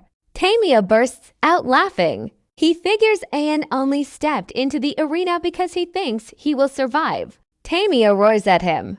Nobody cares about that stupid rule here. In the Unia Mountains where he grew up, if you lose, you die. That is why he snapped the necks of his last 3 opponents himself. Tamia says Ahan is probably wondering why he goes that far. He crazily admits that it is the ultimate pleasure. But then, he mocks Ahan again. He says Ahan looks so weak that even breaking his neck would be boring. He would not even feel a single thrill from the kill. So at the very least, he wants Ahan to dance for his entertainment. He has to dance around, putting on a show for the crowd. The referee and the crowd below are honestly stunned by this. The taunts flying between them smell like a powder keg waiting to blow. He thinks to himself, this fight is going to be worth watching. The second everything is ready, the referee signals for the match to begin. Tamia just stands there totally indifferent, waiting for Ahan to make a move. Right then, Ahan says he has a little proposition for him. Ahan points his Kim Cow blade at Tamia to take back those insults. Insults against his family. It is not going to slide. He tells Tamia, if you do, maybe I will grant you a clean death. Tamia thinks this is the most ridiculous joke he has ever heard. He bursts out laughing and the crowd treats Ahan like a total clown. They mock him, saying he is just trying way too hard to look scary. Then comes the sarcasm, asking if he read that line from a bad novel. The crowd and Tamia jeer at his nickname, who chooses Liam anyway. It is just plain weird. Tamia keeps on teasing, loving the rising heat. He says Ahan has really turned up the temperature in here now. And at this point, Tamia just cannot hold himself back anymore. He starts drooling, lost in the sick fantasy playing out in his head. But suddenly, Ian appears right underneath him in a blink. He drives the Kim Cow blade straight through Tamia's hand. Fingers go flying as Ahan repeats his offer from a second ago. Tamia is in total shock as Ahan tells him to apologize right now. Do it, or the death won't be nearly as fast or painless. Ahan leaps back, putting some serious distance between the two of them. After that brutal wake-up call, Tamia smashes his massive weapon down. Ahan has to jump clear to avoid being caught in that shockwave. Blood is gushing everywhere from Tamia's mangled, fingerless hand. He screams in pure agony and rage, a cry that cuts through the noise. The sound echoes so loud it grabs everyone's attention in the arena. Tamia is struggling to understand what the hell just happened here. A moment ago, Ahan was trembling like some weak, pathetic kid. It makes no sense. The shift is so jarring it leaves him reeling. He is desperate to know how Ahan closed the gap so damn fast. Then it hits him, maybe Ahan was faking that weakness the whole time. Playing him for a fool, making sure his guard was completely down. Ahan knows exactly what is running through that messy head of his. He asks if Tamia is going to call him a coward for this move, reminding him that the arena is no place for children to play around. Tamia groans, writhing in pain, spitting curses at Ahan as if he is trash. He charges forward in a blind fury, swearing he will rip him apart. Tamia goes wild, swinging his sword, but the attacks miss completely. Ahan just slips past every strike thanks to his insane agility. Tamia starts feeling the pressure. Why can he not land a single hit? Every swing is missing by a hair's breadth, just paper-thin margins. Cold fear starts to creep into his veins, and he realizes he is lost. He wonders what kind of nightmare he has just walked into.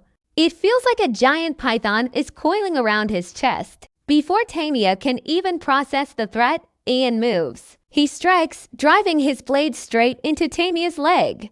The pain hasn't even fully registered when Tamia swings his sword. He lashes out hard, but Ahan dodges it with ease. Like a praying mantis, Ahan leaps back, staying out of reach. His eyes are cold as stone. Then the agony hits Tamia all at once. His blade slips from his grip as he collapses to the floor.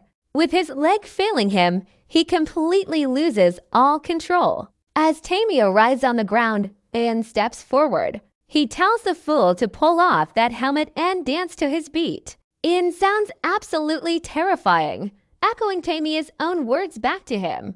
It is chilling to hear his own taunts thrown in his face. Realizing his life is on the line, Tamia has no choice. He has to obey, but even now, he tries one last dirty trick. He reaches out with his left hand to grab his sword. Ahan catches the move and slams his blade through Tamia's hand. It is crushed. Tamia lets out a jagged, desperate cry of pain. Ahan warns him to think carefully about his next move. That single decision might be the very last one he ever makes. The realization finally hits. Ahan is not playing games. He will kill him without hesitation if he slips up again. Defeated, Tamia starts apologizing for ever insulting the boy's name. He begs for his life. In this moment, Tamia accepts his total defeat. The crowd, so bored just minutes ago, suddenly goes wild. A wave of pure energy sweeps through the arena. They are celebrating a match they never expected to be this good. Everyone agrees on one thing: Ahan is a beast. He is easily the best bronze rank fighter they have seen in ages. Now watch this. The bettors are absolutely losing their minds. They hit the jackpot, and they are already chanting his name. They give him a new title, calling him the young gladiator Liam. The arena is shaking with the sound of his praise. Even Tom is watching, a satisfied grin spreading across his face. His gut feeling about Ahan was right all along. He isn't just some random fighter. He is the real deal. Tom feels proud to have connected with such a promising warrior. To make this much noise in a debut, truly incredible. But beneath that joy, a shadow of worrying creeps in. That much attention can be a death sentence in this place. Some dangerous people in the shadows are already taking notes. They are watching Ahan, plotting their next move against him. A few days later, the green-haired receptionist finds him. She has news that is going to change everything for him. The arena loves you. They are actually ready to offer you a rare golden opportunity, a promotion match to Silver Tire. She leans in, asking if Liam is ready to accept this challenge. Turns out, 2 days after his debut against Tamia, he fought 3 more matches and Ahan won every single one. He took them down with perfect calm and terrifying efficiency. Ahan realizes this offer comes because they like how he fights. Still, he doesn't think they're doing this out of pure kindness. He's certain there is some hidden motive behind it all. The receptionist continues, laying out the deal. She says the rules are simple. He just has to face one opponent. The best part, he doesn't even need to win. He just has to survive for 3 minutes in the ring. It is clear, if he stays alive for those 3 minutes, he wins automatically the moment the time runs out.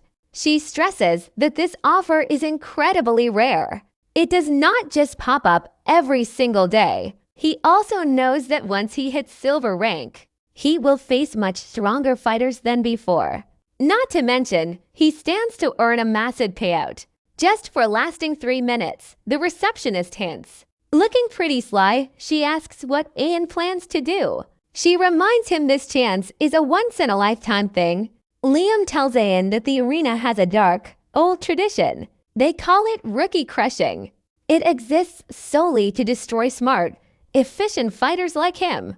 It is a twisted special event, created just to satisfy the sick thrills of the crowd. The audience gets a sick rush watching victims get broken. Seeing weapons shattered and bodies crushed brings them joy. Basically, they use the rank up as bait. They lure a target in, then toss them into a death trap. It is all about humiliating them in front of everyone. Liam warns Ahan if he wants to avoid total disgrace, he should refuse. A normal promotion opportunity will come later. Liam asks Ahan for his final decision. Ahan looks at him and says Liam should already know the answer. It is obvious. He is going to take the challenge, no matter who the opponent is. 2 days later, the arena sends him a letter. It reveals his opponent, a fighter known as the Black Bride. This Black Bride is a graduate from a top-tier academy. She has never lost a single match in the silver division. In short, she is a complete monster among swordsmen.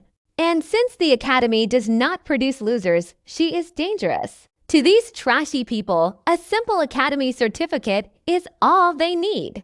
It's just a ticket to becoming a knight, a total joke. That elite badge they keep pushing, let's just say this Black Bride. She's on another level. She outclasses Ahan in every possible way. Ahan looked into her history, and it turns out she's a monster. She dominates every single fight, leaving her opponents completely broken. Liam realizes the arena is taking this death match seriously. They've prepared so much for this kid, it's honestly overkill.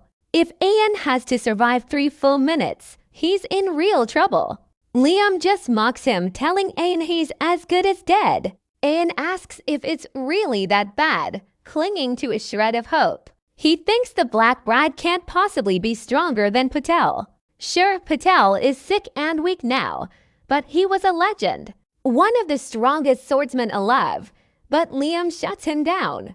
He tells Ahan that his past fight is nothing like this one. Liam explains the reality of that match to the boy. Patel went easy on him back then out of pure respect. But let's be clear, the Black Bride won't show him any mercy. Just hearing that, Ahan can practically see his head rolling away. He thanks Liam for making his day even more miserable. Still, he knows Liam never lies when it comes to swordsmanship. Ahan tries to stay calm, betting on his steel heart and memories. Just 3 minutes. That's all he needs to survive this hell. Suddenly, a cloaked figure walks up, snapping him out of it. They call him by his arena name, cutting off his train of thought. The mysterious stranger drops the hood, revealing her identity. It's a woman. Ahan feels an overwhelming pressure radiating off her. Terror hits him instantly, shaking him to his very core. He stares at her and the blade in her hand. The realization finally hits. The Black Bride is standing right there.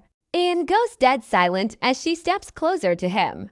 He tries to deny that he's Liam, but she just sighs. She tells him he's making this whole situation incredibly complicated.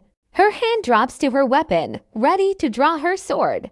Ahan grips his own blade, desperate to find a way to counter. But before he can even blink, she's already right on top of him.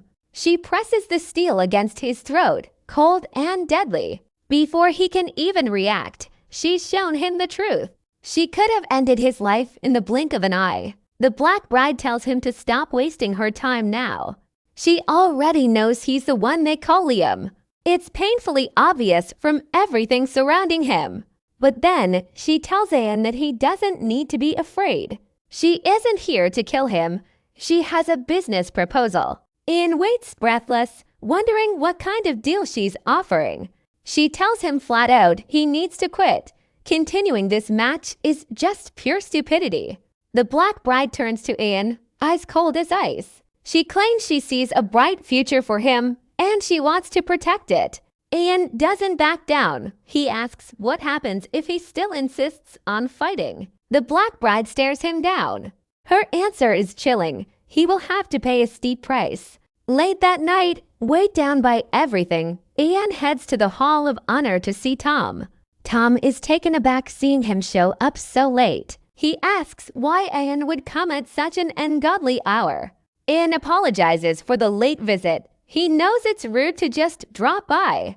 But he has a request, one that feels pretty shameless. With a face set in stone, Ahan asks Tom a single, serious question. Is there any way he could borrow a sword from the Hall of Honor?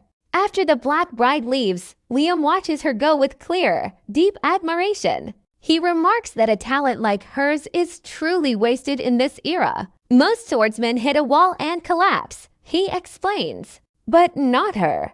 Nothing stands in the way of her growth. With just one small push, she could break through to a higher realm. It makes her a one-of-a-kind genius for this entire generation. Hearing such high praise from Liam, who almost never hands out compliments, catches Ahan off guard. He's stunned, especially remembering how easily she took him down earlier. Now watch this. Here's the moment the reality of their gap hits him. He realizes the distance between them isn't just large, it is completely hopeless. Still, quitting isn't in his vocabulary.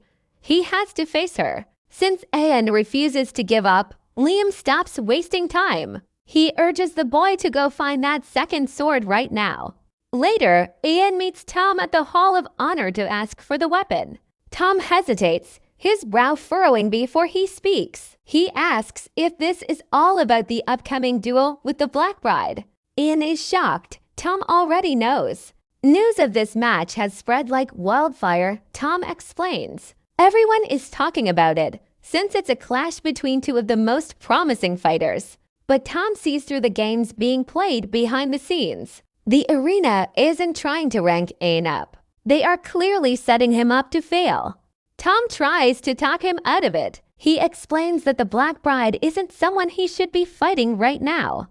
She is a genius from the East Continent, the top graduate of one of the 3 great academies, a powerhouse of the Iron Kingdom. She is practically undefeated in the arena. That is why Tom is convinced this isn't the time for Ahan to clash with a warrior like Hakudo. Even though Ahan is an excellent fighter with tons of potential, he isn't ready. Tom warns him one last time. He tells him to pull back, stay safe, and gather more experience instead. Liam tells Ahan again, stack up that experience as you go, winning other matches and challenging her after building enough raw strength. To face a force like that, he believes it is the only way. The only way to put on a legendary fight and still stay alive. Ahan thinks on Tom's words for a moment. He simply thanks him for the advice, then makes his move. He declares he still intends to fight Hako, the Dark Bride. Like a true master manipulator, he triggers his secret skill, mind games. With shaking hands and a hesitant voice, he plays his part. A performance so convincing, it is honestly worthy of an award. He admits he is terrified, but swears he refuses to run away. Then he asks to borrow a sword from the hall, claiming the spirits of fallen warriors will give him the needed courage. To seal the deal, he proposes a win-win situation for both. If he survives, he keeps the blade fair and square. If he dies, Tom can just take it back from his corpse. And just in case that was not enough to win him over, Ahan plays his final card, acting like he would accept a rejection. He pretends he would walk away without a single word of complaint. After a short internal struggle, Tom caves in and breaks the rules. He believes Ahan carries the true spirit of a warrior. That alone makes him worthy of this rare, special exception. But instead of dropping the act, Ahan pushes it even further. He asks if this might cause Tom any trouble later on. That moment completely floors Tom, sealing his total trust. Tom reassures him, his entire mindset now fully under Ahan's control. Ahan keeps bowing in thanks while Liam watches from the side. With a grin, Liam notes he is enjoying every second of this. He even jokes that Ahan has more acting talent than swordsmanship. He could probably make a fortune in the entertainment industry. Everything is ready now, and Ahan is buzzing with pure excitement. He cannot wait to devour that second sword and make it his. As the long-awaited duel finally begins, the crowd starts to roar. They are thirsty for blood as the dark bride steps out. Clad in her signature Shadow Bride attire, she takes the arena stage. But behind the scenes, things are taking a much darker turn. The arena has ordered her to crush Ahan into nothingness. Not just defeat him, but take a limb to boost the ratings. At first, she refuses without a second thought. But the moment they reveal her reward, everything changes. The legendary dragon sword from the Eastern continent is on the line. That blade carries deep, personal meaning for her people. It is the one treasure she has chased for her entire life. Facing an offer like that, she finally falls into silence. The hostess takes her silence as a sign of grim agreement. She urges her to give them a performance they will never forget. She really doesn't want to kill him, despite the setup. Her conscience won't let her rest. She actually reaches out. She went to see Ahan beforehand, trying to offer him a way out. A final chance to just surrender and avoid the coming slaughter. But honestly, she is crushed that he still showed up to fight. When Ahan steps onto the battlefield, she gives him one last warning. Whatever happens from here on out, it's all on him. But the second she reaches for her blade, everything shifts. A chilling, hair-raising sensation washes over her. The air turns thick with the metallic, nauseating stench of blood. And the scariest part, the scent is pouring right off Ahan. She doesn't realize he's consumed a second, cursed sword. A weapon forged in Crow City, wielded by a warrior who fought for blood. A man who carved his own brutal path to freedom. Crow City used to be a stunning jewel of a republic. Before it fell, it was something truly beautiful to behold. But after the collapse, it became one of the 6 free cities. Back then, people actually called this place a slice of heaven. A land overflowing with prosperity, beauty, and bright potential. But those days are long gone, buried in the past. Now, the city is a living nightmare, dark and suffocating. Freedom and hope, just luxury goods the poor can never afford. This decay started with the bottomless greed of local nobles. First, they sold off the city's land to the Golden Empire. But they didn't stop there. They kept bleeding their own dry. They eventually started auctioning off basic human rights. Anything to pay back the massive loans from the Red Bank. The whole city got crushed under a mountain of debt. Now watch this, the reality of life in Crow City.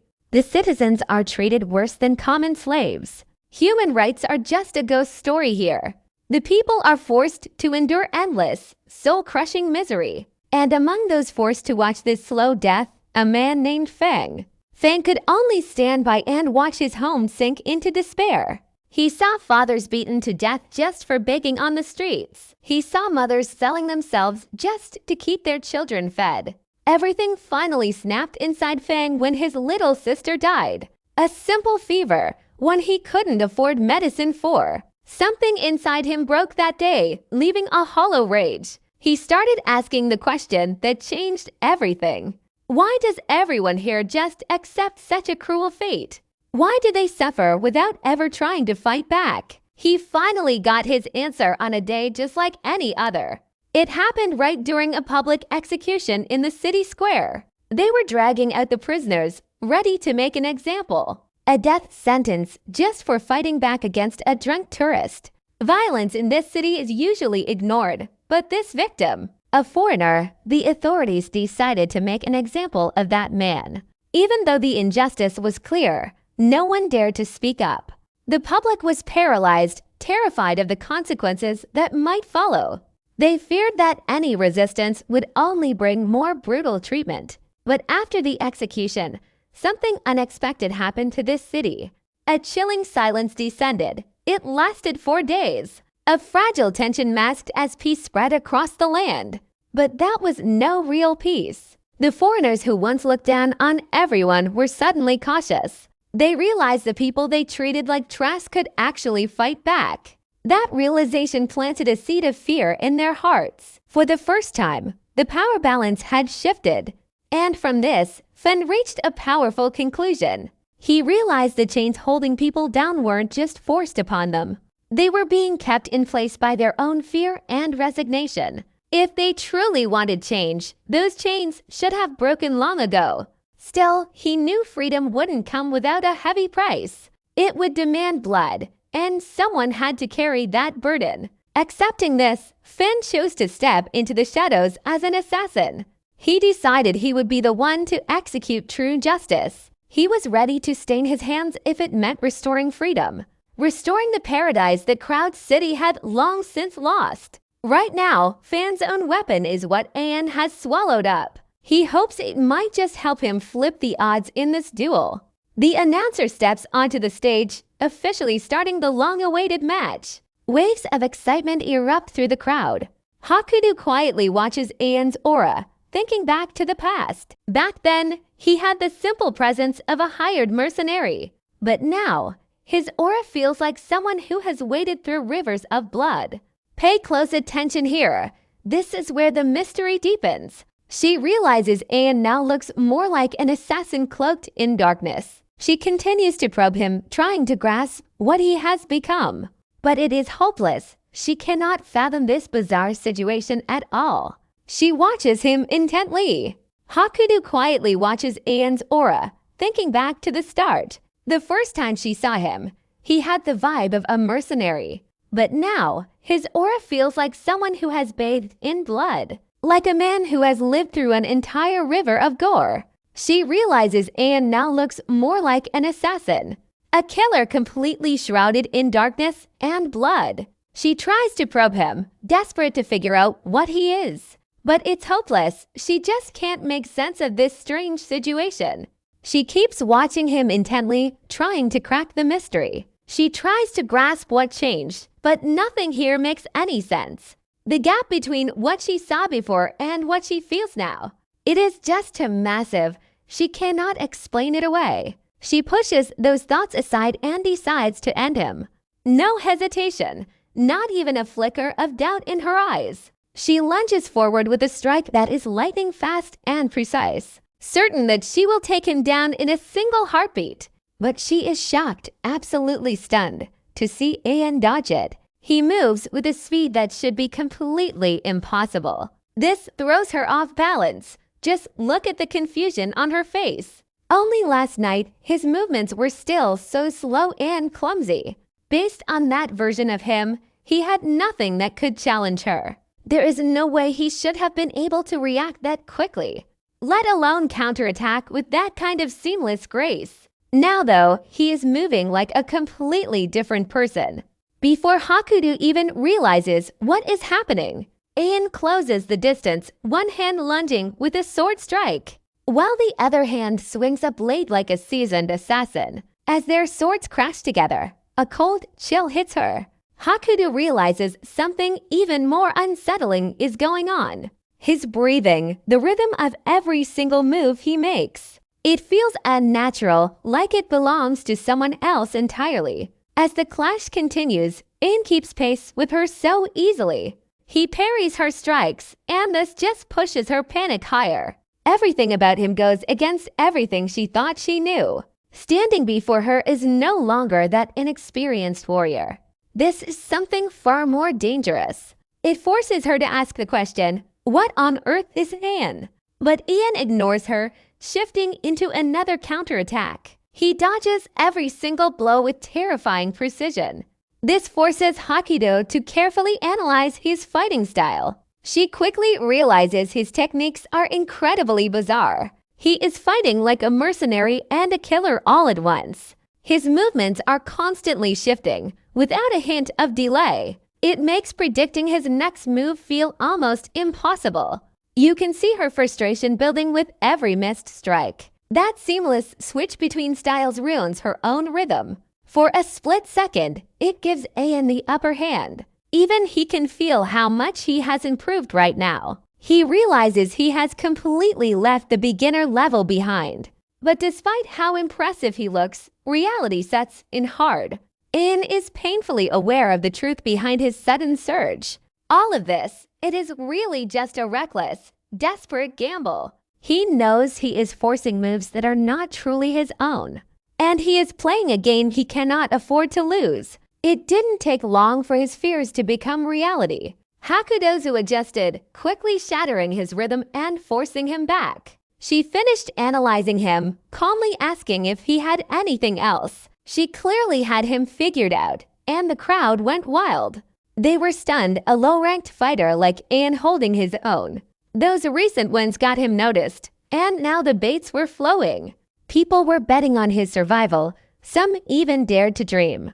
They thought he could actually win this, though most remained skeptical. No way a rookie beats a cold-blooded killer like her, they argued. Even so, the roar from the stands grew louder and louder. Some cheered for him, while others just wanted a better show. They hoped he would die in style, not like some cornered rat. Despite the deafening noise, Ahan felt restless, planning his next move. He could feel the murderous intent radiating from Fang's sword, and that metallic, sickening scent of blood hanging in the air. Just then, Liam urged him to fully embrace those intense feelings. Take in everything, the mercenary sword and the assassin's blade. Lives apart, yet both weapons shared one simple, brutal purpose. They were forged to defy stronger foes born from desperate struggle. But Liam gave him a sharp warning: this path is dangerous. Absorbing an assassin's life isn't easy, especially for someone this green. Lose your focus, and the blade will swallow you whole. You have to understand Fang's life, accept it, make it yours. Ahan took those words to heart, calming his racing pulse. He breathed deep, feeling his mana flow and grounding his spirit. Now watch closely. This is where the real fight begins. Liam explained that Hakudozu had finally analyzed his full capability, meaning she was done playing around. She was going for blood. Ahan instantly realized the gravity of the situation unfolding before him. The arena offered nowhere to hide, which was a massive disadvantage. An assassin's true power lies in the shadows, after all. And with Hakudozu fully focused, he had lost his only edge. Absorb it, make it yours. Ahan takes those words to heart. He calms his mind and starts taking deep, steady breaths. With every inhale, mana flows through him, bringing back his focus. Noticing this, Liam tells him the real fight is just beginning. He explains that Hakudo has already analyzed all of his skills.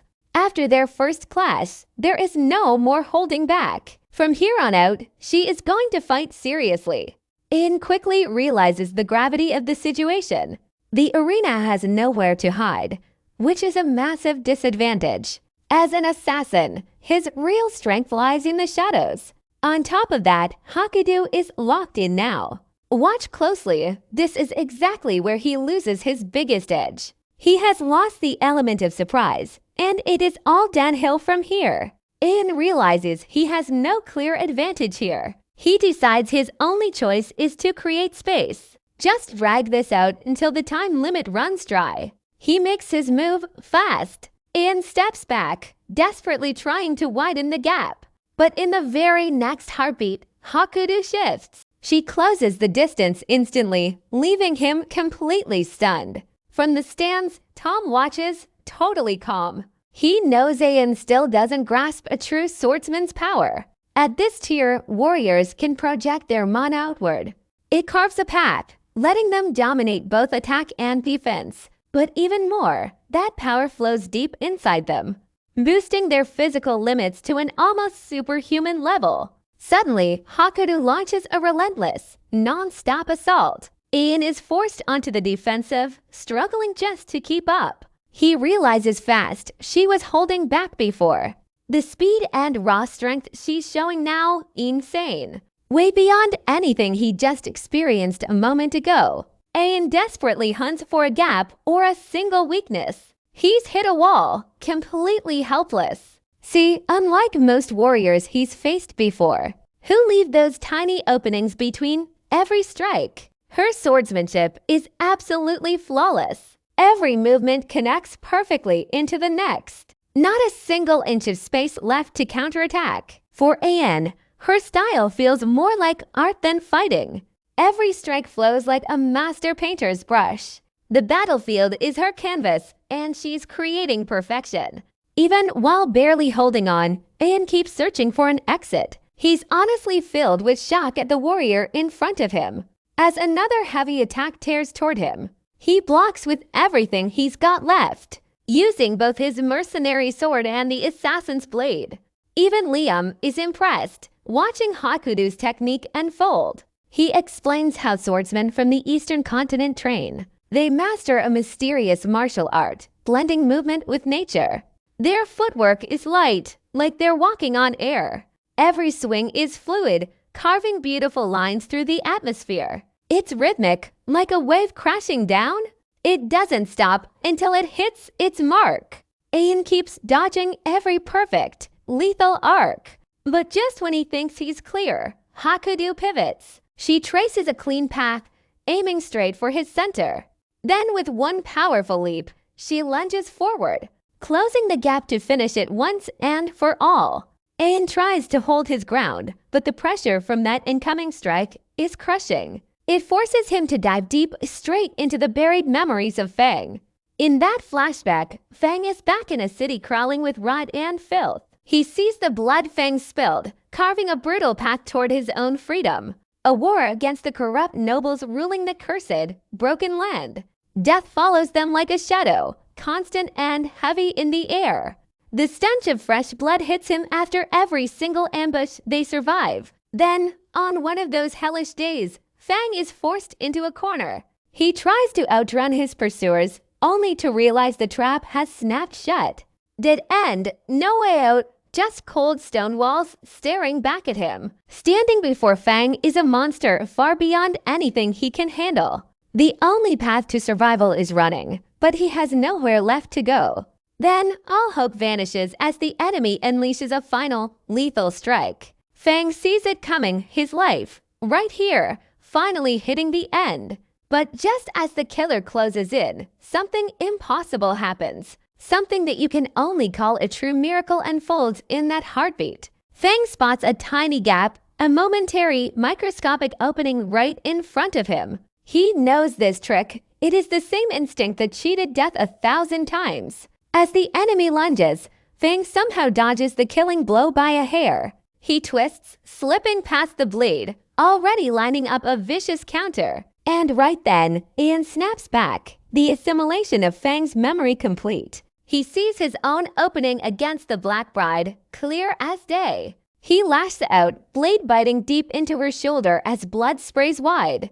Hakudo is stunned, watching Ahan dash to the other side of the room. She finally gets it. This is how the legendary assassins survive the impossible. But this skill isn't his. It is the gift of a genius killer's past. Now watch this. Ahan shatters her perfect, calculated sword dance in seconds. Yet, the brutal counter she landed on his ribs hits like a sledgehammer. She is certain he is finished, that he has finally reached his absolute limit. Ahan freezes, the world blurring as a searing pain rips through his gut. He realizes Hakudo is on a whole different level than Fang's old rival. This woman is a master swordswoman, calculated and lethal. She didn't just dodge his killing blow, she turned it into a trap. She struck back in a blink, and now his ribs feel like they are turning to dust. Every tiny movement sends fresh lightning through his broken frame. He stands there, paralyzed, the injury rooting him to the spot. Ahan is terrified. If he can't move, he cannot use his mercenary skills. Keeping his distance to stall for time, that's not an option anymore. He is backed against a wall, and this time, there is no miracle in sight. Everything rests on the next few seconds, or it is all over. You have to wonder, can he actually fight his way out of this? The pressure is mounting, the agony is real, and the end feels very close. He needs a move, a trick, something to shift the tide back his way. If he fails here, he dies right alongside the memories he just reclaimed. But Ahan isn't the type to just roll over and give up the fight. After weighing every choice, he concludes the best path is to quit. A passing thought crosses his mind, maybe he should just give up. It would be humiliating, sure, but at least he would stay alive. He tells himself he can always level up properly next time around. Still, that stubborn pride runs deep in the Caravan family bloodline. It fills him up, and that same grit pushes Ahan to keep going. Watching his young descendant find his spirit again despite the hardship, Liam breaks into a proud smile. He really is a fighter. Even the commentator is stunned, totally caught off guard by this kid. A tiny bronze rank fighter actually drawing blood from the undefeated warrior queen. That is just insane. The crowd is starting to lose their minds. The announcer wonders if Ahan can really keep fighting like this, wounded. But then he sees the boy getting ready for another round, eyes locked. Realizing the raw potential here, the commentator knows this kid is a star. With that kind of unbreakable resolve, he has everything it takes. He fires up the crowd, shouting that Ahan is 10 seconds from glory. The tension hits the ceiling as Ahan and Hakudo clash one last time. Liam watches the boy quietly, a descendant he never thought had talent. See, to Liam, being a genius means something very specific. It is about finding a way out when things look completely impossible. They forge their own path when everyone else sees a dead end. And that is how they achieve greatness that echoes through history. But Liam is certain Ahan isn't one of those natural-born geniuses. His body is too fragile, and his sword technique is honestly quite lacking. While normal fighters pick up 10 steps, Ahan barely masters 3. That is the brutal limit his own body forces upon him. Yet, look at him now. Ahan is still standing tall on the arena floor. Even after taking hits from Hakudo, he refuses to just fold. This makes Liam think Ahan might be something even rarer. Something greater than a genius, the kind of person who never stops. These are the ones we end up calling legends. Pure, raw determination like that creates a shockwave all its own. It is the kind of fire that turns a regular fighter into a hero. Liam believes this grit, even while losing everything he loves, is the exact thing that sets Ahan apart from the rest. Even in the deepest, darkest night, he refuses to drop his sword. He keeps that grip tight right up until the very final second. Liam knows now these are the traits that forge a true hero. But then, right in that next heartbeat, Hakudo does something shocking. You aren't going to believe what he pulls off against Ahan here. That cherish for life, it's what sets Liam apart from the rest. Even in the deepest, darkest night, he never lets go. Clutching his blade until the very end, Liam finally realizes this. It's exactly that trait that gives Ahan the heart of a hero. But in the very next heartbeat, Hakudo does something that stuns Ahan. Shock is an understatement. She moves just like a mercenary. Every step, every twist, identical to the way he fights. She uses his own dance against him, making sure he sees it. Before Ahan even registers what is happening, it hits him. Her blade pierces his shoulder, sinking deep into the flesh. A critical wound. Liam watches, shaking his head. He realizes Ahan is still missing that core drive to be a hero. But Liam encourages him. Don't lose heart just yet, kid. Ahan collapses, falling into the arms of Hakudo. With her sword still buried in him, the host steps up. Time is up. He declares Ahan the winner of the duel. The crowd erupts, roaring with excitement at the sudden result. The announcer confirms it. Ahan is officially promoted, moving up to silver rank, ready to receive his medal. Hakudo lets go, leaving Ahan to slump onto the dirt.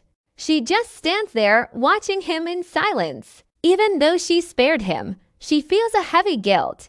Once she draws her sword, she just cannot hold back. Some call it raw talent, others call it pure insanity.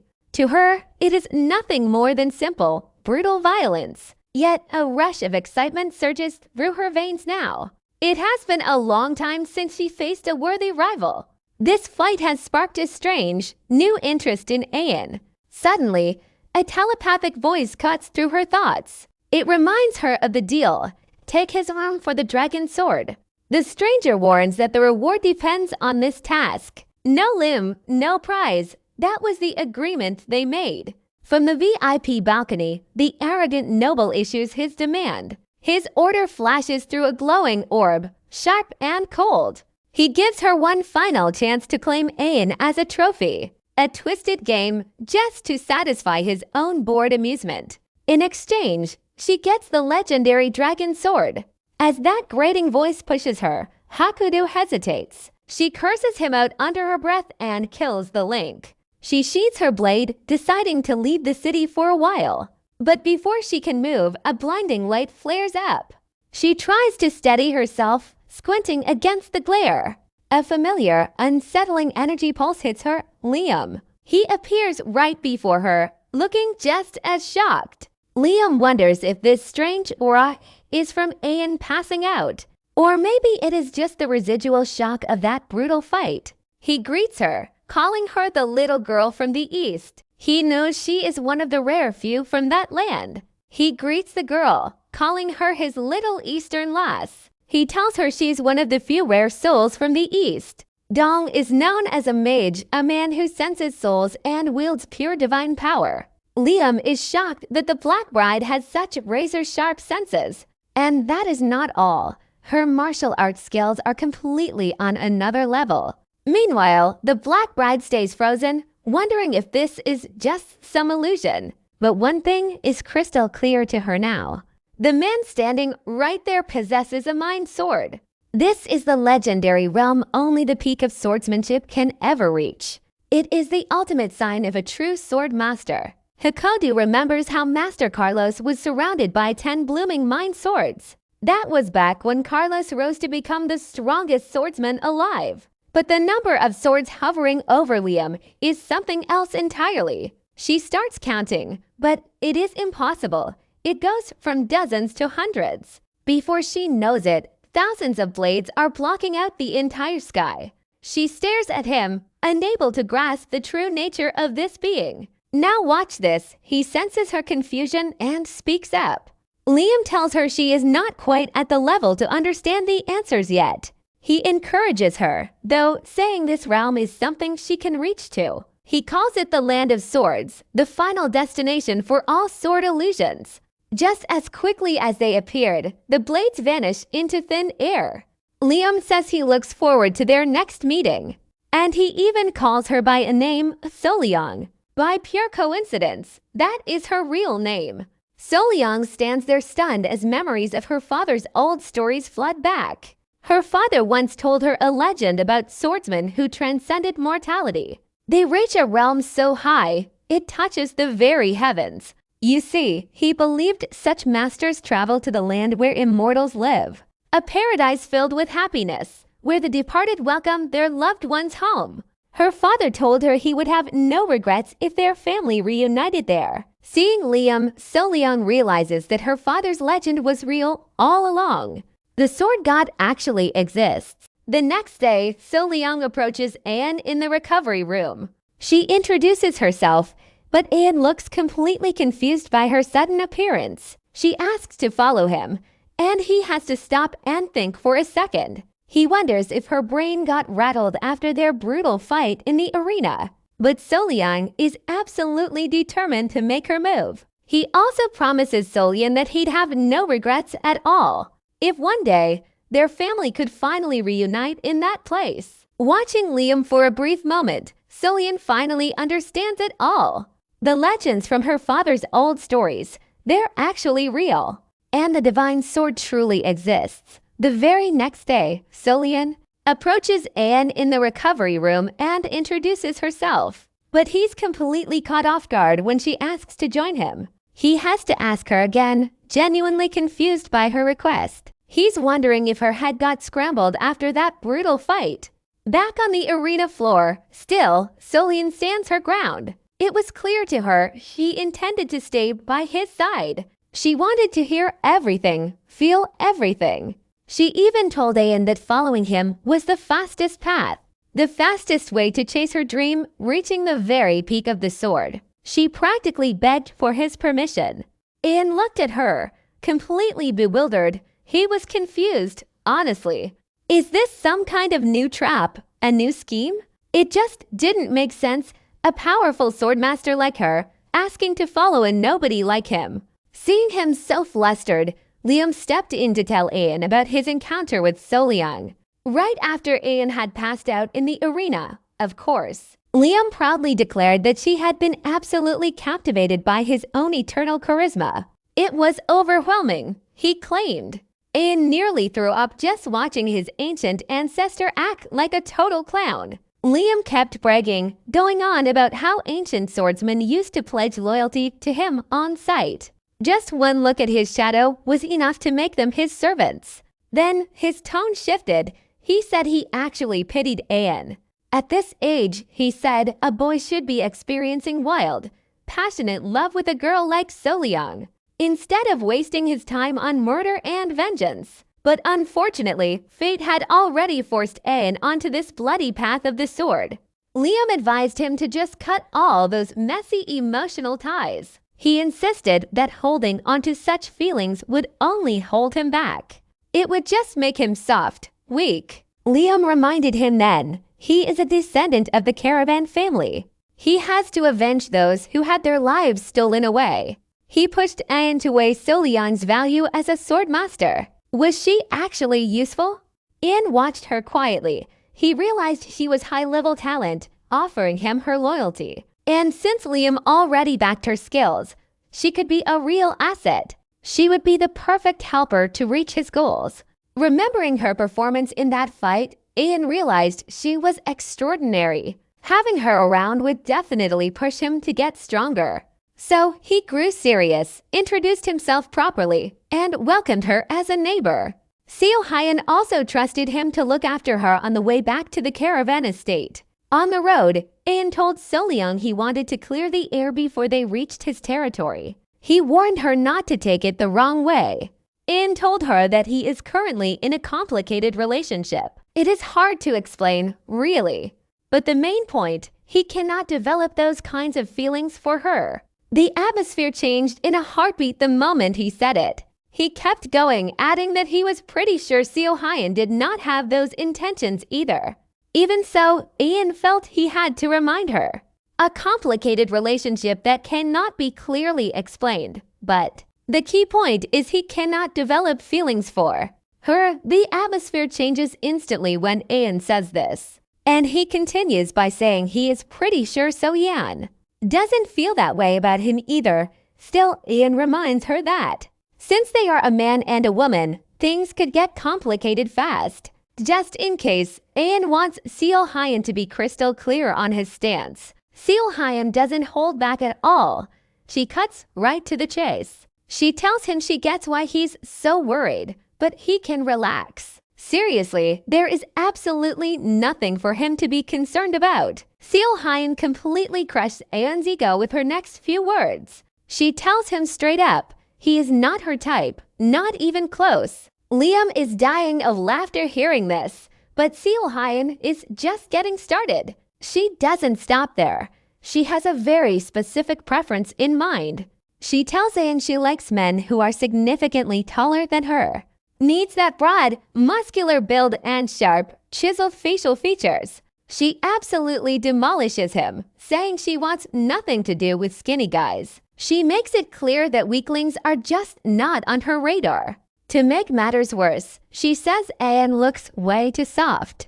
And then she nails it. He seems like the type to apologize, even if someone else were to start a fight with him. She is so brutal that even the carriage driver is sweating for Ahan. Seolhaen tells him no hard feelings, but he is just not the one. She asks him if he really needs to hear anything else today. Ahan is mortified, begging her to stop before he completely withers away. One more jab from this incredibly blunt woman might actually finish him. Since they have moved past that, Seolhaen brings up a new topic. She has something else she really needs to ask him about. She wants to know if there are any other neighbors in his village, since he already mentioned that she is the second person he has met. Ahan thinks for a moment and mentions a knight who just moved in. He is pretty sure the two of them would get along perfectly. Ahan explains that Poteo is incredibly skilled and a genuinely great guy. He keeps insisting to Seolhaen that Poteo is just a solid person. Soon enough, they pull into the village and hop off the carriage. Ahan notices that Seolhaen is only carrying one tiny bag with her. He asks if that is really all the luggage she has with her. Seolhaen confirms it, admitting she never really had much to begin with. She says a sword and one day of supplies is plenty for her. If she runs out, she can just find more along the way. She notices Ahan is carrying a whole lot more in his own bag. She remembers him only having one sword in the arena before. Now he has at least 3 daggers tucked away in his gear.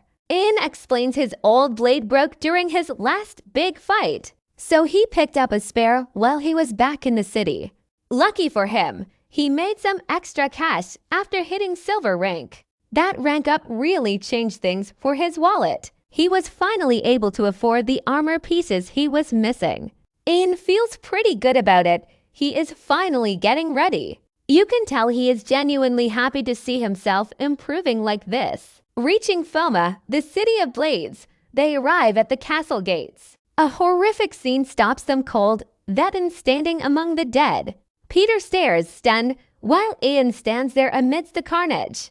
Vetten apologizes, looking flustered by the mess they just walked into. He explains some uninvited guests showed up at the absolute worst time. He just hasn't had the spare second to tidy everything up yet. Peter notices Solian, and Vetten offers her a warm, easy smile. He knows exactly who she is, the neighbor Peter mentioned before. Tan keeps rambling on, but Ahan cuts him off mid-sentence. He tells him to rest up and catch his breath for now. Soli stands there, completely frozen, staring at the blood-soaked ground. Ahan looks embarrassed, stepping closer to whisper to Peter. He just ruined the image of the super kind man Peter described. Now watch this, things are about to get real complicated. Solian knows one thing for sure. This village is anything but normal. Once they settle in, Vetten explains the intruders came while he was gone. Luckily, some retreated after a warning, so it stayed manageable. But get this, a different group started targeting the village last week. Vetten tried handling them diplomatically, but they chose to attack instead. That left him no choice but to take them down himself. Hence the bloody mess that greeted our arrivals at the gate. Vetten tells Ahan these aren't just your average, run-of-the-mill bandits. They actually call themselves the Radvolf Brotherhood. Ahan looks surprised, knowing those color animal names are usually for knights. Vetten confirms it, explaining such titles represent status and real purpose. As a former knight, he feels personally insulted by these lawless thugs, but he warns that this makes the whole situation much more dangerous. When Ahan asks why, Vetten breaks it down for him. Any group bold enough to impersonate knights is either massive in scale or led by someone strong enough to look down on the knight order. Right then, Liam speaks up, eyes glinting with a mischievous smile. He tells Ahan this group is the perfect target for his training. He wants Ahan to use Fang's blade to wipe them out alone. No help from Solian or Peter, just Ahan versus the Brotherhood. Ahan feels uneasy about it, already sensing something is off. It makes the situation far more dangerous. When Ahan asks why, Siren explains that an organization bold enough to mimic the Knights must be either massive in scale or led by someone strong enough to completely defy the Knights' world. At that very moment, Liam tells Ahan that this group is the perfect prey for him to train with. With a sly smile, he urges Ahan to use Fang's blade to wipe out the Red Wolf brothers, arrogant, without needing help from Sullivan or Patel. However, Ahan feels uneasy about this, and he predicts Liam was about to drop some impossible mission on him. When he stayed silent, Ahan didn't hesitate to shut it down. Luck, even Patel, a solid worker, struggled against just a few of them. So why on earth was Liam sending him to wipe out an entire gang? He had no clue what they were even up against yet. But Liam just reminded him of the steel bloodline in his veins, the blood of the Caravan house. He told him steel only gets stronger the more it's hammered. This was the perfect chance to finally master Fang's blade. If Ahan could survive this test alone, Liam believed something big would happen. He could finally forge his own path, stop just copying the lives of the swords he consumed. That one line hit him hard. With no more doubt, Ahan turned to Patel right then and there. He asked for the location of the bandit hideout. The swords he has already consumed, that one sentence alone, immediately draws him in. Without a moment of hesitation, Ahan turns to Patel and asks about the location of the bandit's hideout.